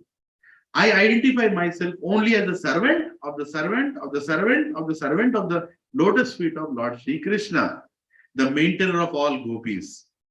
He is like an ocean of nectar. He is the cause of the universal transcendental bliss. He is always existing with brilliance. Right? In totality, our spiritual life, most important statement is, please repeat after me. Gopi Bharata Padakamalayur. Gopi Bharata Padakamalayur. Dasa Dasanuda. We are not here to become Basa Basanubas. We are here to become Dasa Dasanu. That's it. We are here to become the servants of whom? Gopis. Gopis are the beautiful devotees of Krishna. I am here not to become a gopi. I am here to become a servant of the gopi. You see that picture there? Radha Gopinath? All the gopis, 8 gopis standing there. Vishaka, Rangadevi. All the 8 gopis. What are all of them doing? They are trying to serve Krishna. And the principal gopi is sitting down. What is her name? Or holding Krishna and standing. Srimati Radharani. Right? She's Radha Gopi Vallabha. Right? So we should become servants of those gopis. We can't compete with gopis. Gopis are pure devotees. We only want to become their servants. Gopi Padakamalayora Dasa Dasa Dasa. That is the goal of Bhakti Yoga in one single line. Right? So there is a way to revive that knowledge of bhakti, there are three kinds of jnana. Sambandha jnana, abhideya jnana, prayojana jnana. Now this is very technical. What is this? Sambandha means relationship. Abhideya means process. Prayojana means goal. Simple. Right? So we should know sambandha. What is the sambandha of God, me, nature, karma, kala? What is the relationship between this sambandha? Like, what do you learn about Bhagavad Gita? Somebody asked, what are you learning in Bhagavad Gita? I am learning these 5 things. Ishvara, Jiva, Prakriti, Kala, Karma. These are the 5 things I perfectly learned of Bhagavad Gita. Next is what? Abhideya Jnana. Process. How to worship. How to worship. Process. It almost feels like a management lesson, right? Goal of the project, process of the project, and resource of the project. Isn't it? Same thing here. Huh? What are the Sambandha Gyan? Then Abhideya Gyan means process. Processing, and finally, Prayojana. What is the goal? Goal is Krishna Prema, devotion. So process has 9 things. Shravanam, Kirtanam, Smaranam, Padasevanam, Archanam, Vandanam, Dasyam, Sakyam, Atmanivedanam. Right? Hearing is a process. Chanting his names is a process too. All of these are potent. You don't have to do all of them.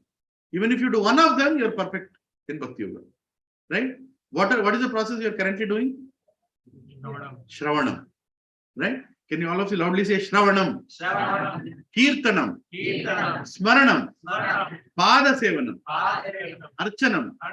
Vandanam. Dasyam. Sakyam. Atmanivedanam. Right? Now all these are exemplified. There are different acharyas for each process. Who is the acharya for Smaranam? What is the best devotee who heard everything perfectly? Parikshit Maharaj. Yes, Parikshit Maharaj. There are many other devotees also, but one of the great acharyas of Smaranam. He sat down last 7 days of his days, before his body, he heard about Krishna. Shravanam. Who is the acharya for Kirtanam, chanting? Sukadeva Goswami. He was continuously chanting the glories of right? There are other examples also, but they are like acharyas, they are prominent ones. Who is the acharya for remembering? Always remembering what Krishna. Huh? Prahlad. Narad Muni also. You're also right. Very nice. But Prahlad is known more for remembering. Whatever happens, is remember Krishna, Krishna. When Narsimha Dev came, Hari Bol, he was very happy. Everybody was scared. Hari Baap re, kaun aa gaya? Right? But that Prahlad said, very nice. Everybody was scared. Even Narsimha Dev's wife was scared. Can you imagine? Is wife ever scared of husband? Sometimes it happens. Right? Right? She was scared. Lakshmi Devi was scared. What is this Narayan? What kind of form he is? I cannot go and talk to him. Prahlad went and sat in the lap of Narsimha Devi. Right? Are you ready to sing Narsimha Devi? Yes. Serving the lotus feet. Who is the best one? Lakshmi Devi, Padasevanam. Who can serve lotus feet better than Lakshmi Devi? Archanam, worship, beautiful verses. It's told as Akrura. Maharaj Prithu uses royal positions, deity worship. And Vandanam, Akrura. Vandana means praising. Vandana. Akrura, when he went to pick up Krishna and Balram from Vrindavan, he chanted some prayers in Bhagavatam. Among all the prayers, Akrura's prayers are known to be the most very pure. Dasyam, who can be better than Hanumanji? I am your Das, means Hanumanji. There is no discussion on that. Sakyam, friend. Arjuna. Right? Arjuna. He is a very good friend to Krishna. Atma Nivedanam. We just passed that Ekadashi. Vamana Ekadashi. Whom did he stamp on? Bali Maharaj. Atma Nivedanam. He just gave up everything. When Vamandev came and asked, what do when Bali Maharaj, what do you want? The 3 steps. Bali Maharaj immediately understood. Yes, I know what you're going to take.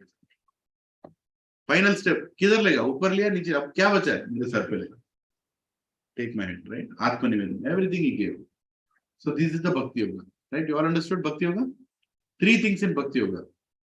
Sambandha Gyan, Abhideya Gyan, Prayojana Gyan. Actually, if you are learning verses in Sanskrit or the scriptural verses, every verse has a focus on one of these 3. Either the verse is related to Sambandha Gyan, or the verse is related to Abhideya Gyan or the verse is related to Prayojana Gyan. For example, I'll tell you a verse now. Sarva dharman parityajya mamekam sharanam raja aham tarum saupapyabhyo moksha shyami masucha. Abandon all varieties of religion, just surrender unto me. I will deliver you from all the sins. What is that Gyan? Prayojan Gyan. Prayojan Gyan. He's saying goal, surrender unto me. And he's also telling a part of Abhideya. He's saying process, surrender to me. But main focus is Abhideya Gyan. Right? So like that, he gives Dehi nosmin yatha dehe kaumaram yavvanam jara tata dehantaras prapti dhirastatra ramiyati. Like you are right now, you are in a child's body, then youth body, then old body, then again after death you'll take the next body. But these are the soul continues from one birth after another birth. What knowledge is he giving? Sambandha again. Sambandha between Ishvara and soul. You understand? Like that. So every verse in Vedic scriptures, you can fit into one of these three. Right? You can, whenever you, in future, when you read verse, you can, is this Sambandha or what is it focusing on? Right? Like that. Yeah. So Bhakti Yoga, conclusion. Bhakti Yoga is the greatest. Why? It's a gradual process, but direct process. Which one you want? Gradual process or direct process? Gradual process, your Karma Yoga, Jnana Yoga, Ashtanga Yoga. Direct process, Bhakti Yoga. Recommended for Kali Yuga. Direct process. Bhakti Yoga. Again, see which is the most. Next week, you have to learn 20 verses of Sanskrit, and you should by heart the 20 verses, and then you should also write the notes of all the sessions that I gave, and you should come next week. How many will come? Nobody will come. Pura Gayab. As it is, many are Gayab. Then total Gayab. But if I tell next week, our prasadam is going to be nice puri sabzi and nice gulab jamun and rasgulla and this and that. Full attendance. And what is the process? Eat this prasadam, thank God. That is the process. Is that good or no? Bhakti Yoga means simple process, perfect process for Kali Yuga. What is the perfect process of Kali Yuga? Repeat after me. Harer Nama, Harer Nama, Harer Nama, Harer Nama, Harer Nameva Kevalam, Harer Nama, Kalau, Hello, Nasteva, Nasteva, Nasteva, Nasteva, Nasteva Gatirinata. Nasteva. Nothing else will work, nothing else will work. We cannot. Working in Infosys, Wipro, Amazon, I don't know where. You cannot do anything better than chanting. So do chanting.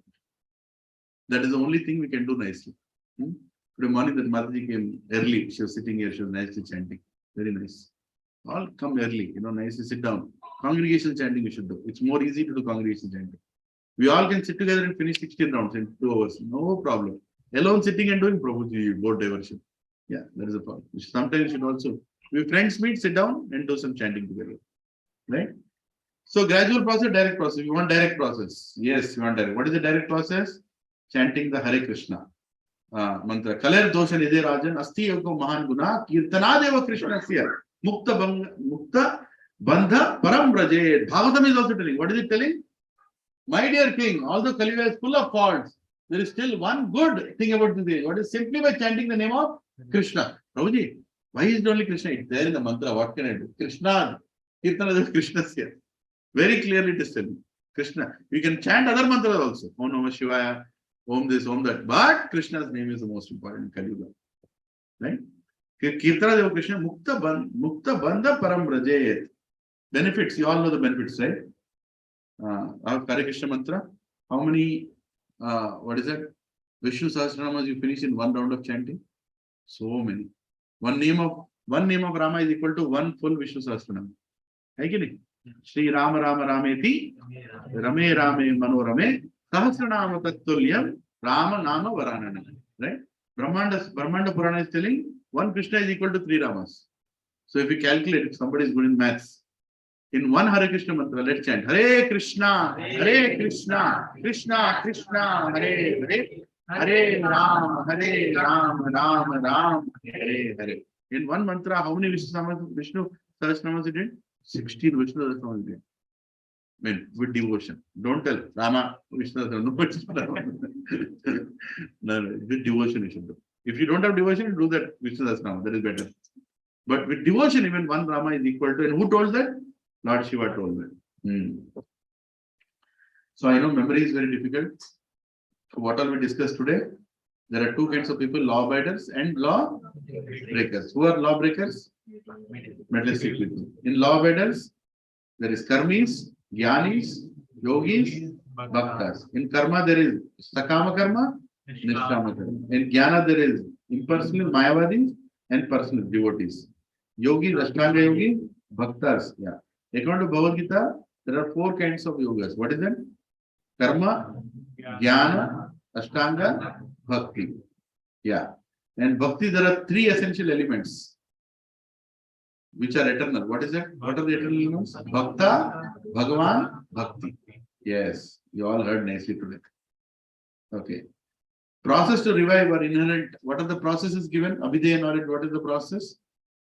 Sambandha Gyan, Abhideya Gyan, Prayojana Gyan. And process is Abhideya. And there are 9 processes. Conclusion. The most powerful of the 9 processes of Bhakti is hearing and chanting of the Lord's holy names. The most powerful is hearing. Hearing power goes even after your brain stops functioning. You know that? Even when you're in coma, scientists say that you can still hear it. Right? So hearing doesn't stop. Even they say after death also, people speak. I mean, you have to go and say what you want to tell. That organ doesn't, that sense is the most powerful sense. Hearing can make you a demon. Hearing can make you a devotee. If you hear from wrong people, you'll become a wrong person. If you hear from right people, you become a right person. Hearing is very, very. So don't give your ear free to anyone. Culmination of all yogas. Hare Krishna, Krishna Krishna, Hare Hare. Hare Rama, Rama Rama, Hare Hare. So we finished the 11th session of SSR, which was about yoga. Too long. I'm sorry about that. But there's too much content. I told you the beginning only. You'll forget all of it because we're in Kali-yuga Vasis. You'll forget. What is your grandfather's phone number? Nothing? Forgot. What is your cousin's phone number? Who is your favorite cousin? Tell me the name. Some name. Sri Hari. I don't know. What is his phone number? Wait 1 minute. We can't remember phone numbers also. So you can't remember what I told also. ISKCON say ISKCON. ISKCON say ISKCON. So you can't remember all that. So remember one thing, that we want to become devotees. हमको कष्ट करके नहीं मरना है, हमको customer नहीं बनना है, हमको डिवोटी बनना है. Become a devotee. है कि नहीं? So remember, try to go through the presentation again. At the end, I'll give the presentations. PPTs I'll give. Take it freely, keep it. One great thing about Bhakti PPTs is everybody takes it, but nobody reads it. And even if he reads, he can't understand it. Somebody has to tell it. Scriptures, that is how they save the knowledge. Unless you hear from a guru, you'll never understand Bhagavad Gita. Right? So we have to hear. When I heard from my guru, then only understood a little bit. So any questions? We'll wrap up. No questions, then nobody heard. Huh? When we chant mantra, right? I mean, what we need to think about? I mean, mind will sometimes go away. 16 rounds is very difficult. 1 round also it is trying to get it. I mean, have a photo or something and trying to see it or memorize that photo or something we try to. So, what's the best way to keep it on the focus? Yes, what is the best way? So, probably chanting definitely is very difficult because their mind goes everywhere. Right. So, many people adopt different ways. But most important is just try to hear what you're chanting. If you try to hear what you're chanting, then your chanting is good. Hare Krishna, Krishna Krishna, Hare Hare, Hare Ram, Ram Ram, Hare. I should hear. Whatever I'm saying, 50% benefit comes by saying, 50% comes by hearing. Yeah, you can see Krishna's picture. See, I'll tell you, I'll be frank. Sometimes I'm very tired. I got up early, but I'm not able to chant. Then what I do, I have a book called Krishna book outside. This big book. It has a lot of pictures of Krishna, paintings. So I keep one painting, I chant one round. And I change the next painting, I chant one round. Or one day I just stand in front of deities. I keep looking at the beautiful form of Radha Gopi Vallabh and I keep chanting. Right? No problem. But best is sit down and try to hear. That's the best way to chant. And there are many other things. Some people write a mantra on the wall. And they Hare Krishna, Krishna Krishna, Hare Hare, Hare Ram, Ram Ram, Hare Krishna, Krishna. So they seeing the mantra also they chant. Okay, very tiresome to the eyes also. after some time. So best is try to hear. And best time to chant is early morning. Yeah, early morning, get up, finish your rounds. That time, actually best time to learn Sanskrit versus early morning before Brahma Muhurta. Anything you do before Brahma Muhurta, you'll learn. It will directly go into your inside your heart. The amount of effort that you put after sun rises is 10 times more than before sun rises. Or maybe even more. Yeah. So if I want to learn a Sanskrit verse, I get up in the morning, I learn the verse before Brahma Muhurta. And then I don't have to put so much effort. Next day morning, I'll remember automatically. Yeah. But if I try to learn afternoon, one verse will take so much time. Very difficult. Yeah. Any other questions? Yes, Prabhu. Yes, Prabhu. Regarding the Dharma, Ah.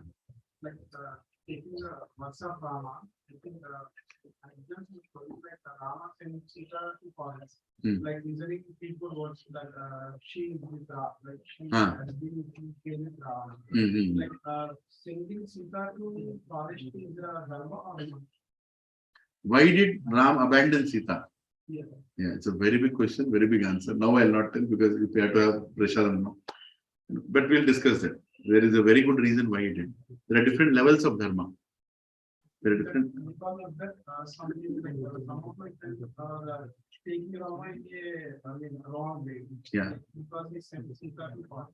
Yes, yes. But they should understand who is Rama. We are not Rama. We cannot send our wives to forest. But he can do because she is Sita. Sita went to forest. Sita didn't abandon. Sita didn't put a case after going to forest. How did you send me here? What was the reason? She didn't put a case. So there is a big answer for that. I'll do a thing. If you are in the group now, I'll send a link. And you can hear that answer. There is one Prabhuji named Chaitanya Charan Prabhu, is one of my senior God brothers. He gave a beautiful answer with so many points. Actually, more than half an hour. You can hear all the reasons why Ram sent Sita to forest. Is it part of Dharma? It's part of Dharma. Absolutely part of Dharma. Dharma definition, Prabhu. Dharmam tu sakshat bhagavad pranitam. Only God can give the definition of Dharma. You and me cannot decide. Slapping my child is Dharma or no? Depends. Depends. Same way, to understand why he sent, we have to depend on explanation of God. Right? Slapping parent is Dharma or no?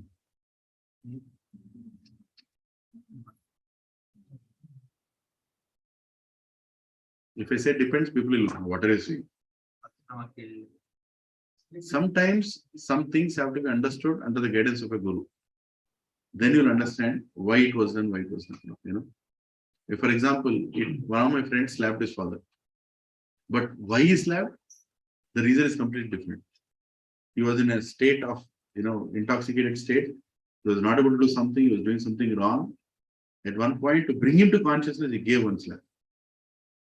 Then he got angry and this and that, but that helped him in a way. But that doesn't give us a license to do that. It's a papam, tappu. But things are done. Like in Arjuna killing his grandfather is sin, adharma. Right? The same grandfather who made him sit on his lap. Same grandfather. But like Guru said, Yeah, but Krishna told do it. Because he deserves to be killed. He deserves to be killed. Because he did not stop a woman from being abused. He doesn't deserve to be a king. He should be killed. So dharma is a very complex question, which can only be understood after good sadhana. If somebody is chanting 16 rounds every day for 2 years, he'll understand answers very easily, as compared to somebody who never chanted. Because this is a qualification for purity. See, when we have purity, we can understand a lot of things. With impurity, we can't understand. Actually. So when we understand spiritual life, we also understand why we do what we do. See, in one satsang, one of the Prabhuji who came a little later, he said, why are Mataji and Prabhuji sitting separate? I told his wife can sit that side, he can sit this side. No, I'll sit together. What is the problem? See, spirituality means people differentiate. We are all souls, right? We are all part of God, right? Everybody should sit together. So can I answer his question then? I cannot answer. Why? Because he just came. He didn't attend the previous sessions. He doesn't have the past knowledge, what all I explained. If I tell anything, he'll get angry. So I told Prabhuji, I will send the link of lectures. You hear all that and you only decide after that. Then he heard all that lectures. Right? He actually was sincere. He added. See, some people are sincere, some people are just like that they ask. He actually went and listened to all the lectures, then he came. Now I understand. Now understand what you told. It's not good, right? So there is a reason for everything. But are we ready to hear that reason? Are we ready to understand that reason? Why we call each other Prabhujis and Matajis? There is a reason for that. Right? Why we sit down and hear or sit, attentively and hear. Why regularity is important in spiritual life? What is that? Nityam Bhagavata Seva. You should be regular. Spiritual life, you're irregular, nothing will go inside. And you should be sincere to learn also. Actually, to all of you, I'm telling you. If you're not sincere, this whole thing is entertainment. I heard 12 sessions, achata, both information. You will go and tell that information to 10 friends. And you'll feel you're greater than them. Whole purpose was what? To tell you that you are Dasanu Das. What you became? I became Basanu Bas. Spiritual life is about becoming a servant. So, I humbly request, that you please listen to the past recordings. And then slowly, then also you hear the recording that I'll send about the answer. I'll send the answer only after that. Because if you hear that, you'll start questioning that answer also. Hey, why is that? Why is he interpreting like that? Why Ram is hearing everybody? Right? Actually, it's a misconception. Valmiki Ramayana says, not one Dhobi. Many people were telling about that in his kingdom. Not one person, many. At that time, Lord Ram understood that if I don't set an example for this, it's going to be a bigger problem. Right? And the way he executed also was wrong. Not properly showed in the scriptures. Sita actually was happy that Lord Ram took that step. But the project that Sita was exploited or she was abused by sending when she was pregnant. And by the way, Ram wanted his sons to grow up in a great Rishi Muni's place. And both Sita and Ram had the discussion. And when this opportunity came, he told Sita, I think your wish is going to be fulfilled. I'm going to send you to Valmiki Ashram. There, you bring up the children. So there are many reasons, Prabhu. There are many reasons why that happened. But that and all is not discussed in TV serials and, outside people. So they misunderstand Lord Ram. And first of all, to comment on Lord Ram, we should at least become 0.1% of what Lord Ram is. The Maryada Purushottam Ram. Right? So, some things are, it takes a little time. Sorry, your good name, brother? Sainath. Thank you. Thank you for asking. Chakrapani Prabhu, thank you. Thank you. Any other questions, clarifications? Yeah. So next week, we are going to have some breaks now. I'll tell you the future schedule. So next week, we'll have Sundarakanda discussion, completely different. 11 o'clock. Please come by 10:30. If you come by 10:30, you can help me set up the place. Chairs and mic and everything. Okay. And the next week, we are going to have on 9th of October, we'll have practical application of Bhagavad Gita. So SSR will be completed, right? And after that week, I'm going to have one more session on Upadeshamrita. I'll tell you some principles of spiritual life before we start Bhagavad Gita. And then there will be 2 weeks gap. I'll be going on Yatra, right? November 6th, we are starting Bhagavad Gita. November 6th. November 6th onwards, chapter by chapter, verse by verse, we will go in detail. And Bhagavad Gita, most probably, there are many other residents who are telling they want to also.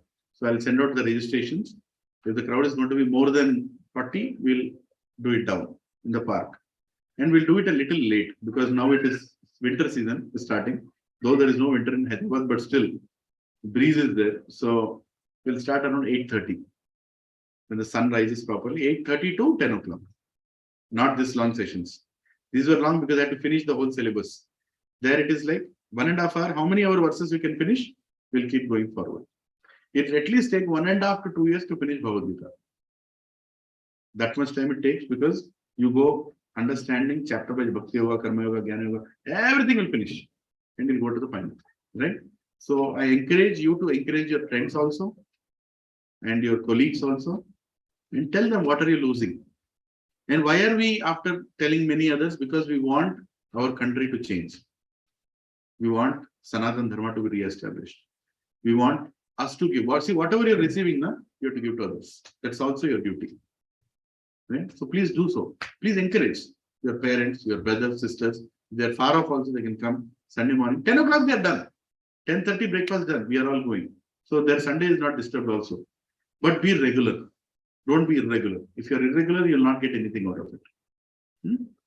Hare Krishna. Now we'll hear Narshing Arti from, good name again? Akshaya. Yes. Come. I'll give you the mic. You have it written somewhere? So we'll also sing with you, sing after you. Come here now. Project is come to sing. So say loud Haribol to Akshaya who learned Narshing Arati and came here. Haribol. Haribol. Very nice, very nice. I'll put the Narshing Arati for many of you here. Yeah, here you go. 1 second. Yeah. Is it Kartal? So you sing one verse and we all will repeat after it. Huh? Haribol. She's more bolder than all of us. Yeah. Namaste Narasimhaya. Namaste Narasimhaya. Jala jala pratani.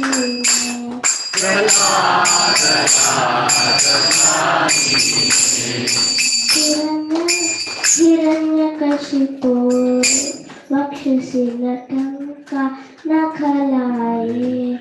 Hiranyakashipurvakshasa Shilakankanakalaye.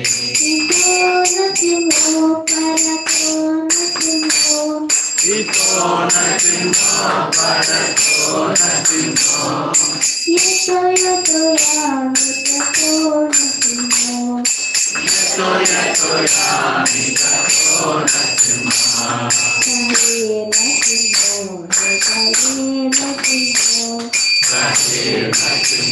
Kahe natimo. Kahe natimo. Narasimha sharanam prapate.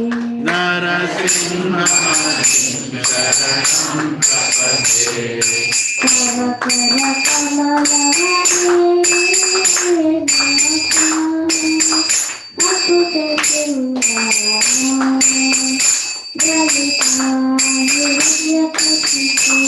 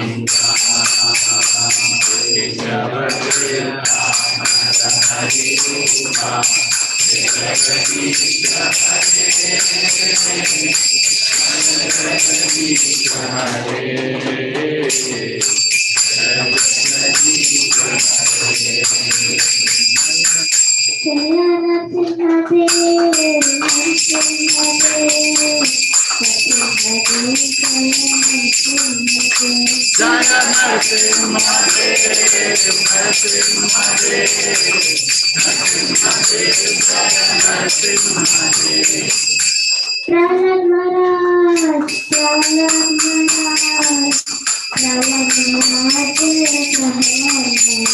Jaya Prahlad Maharaj, Prahlad Maharaj, Prahlad Maharaj, Jaya Prahlad Maharaj.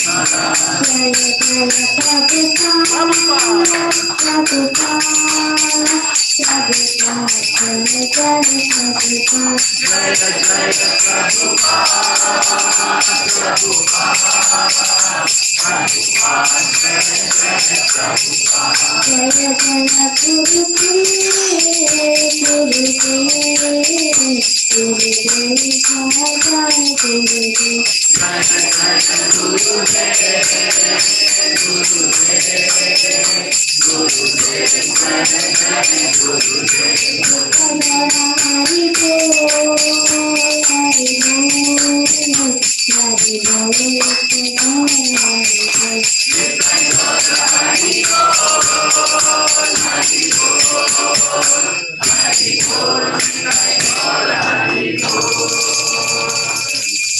भक्त विघ्ननाश के नरसिंह देव भगवान की जय। भक्त शिरोमणि प्रहलाद महाराज की जय। ऐसी भक्ति वेदांत स्वामी श्रील प्रभुपाद की जय।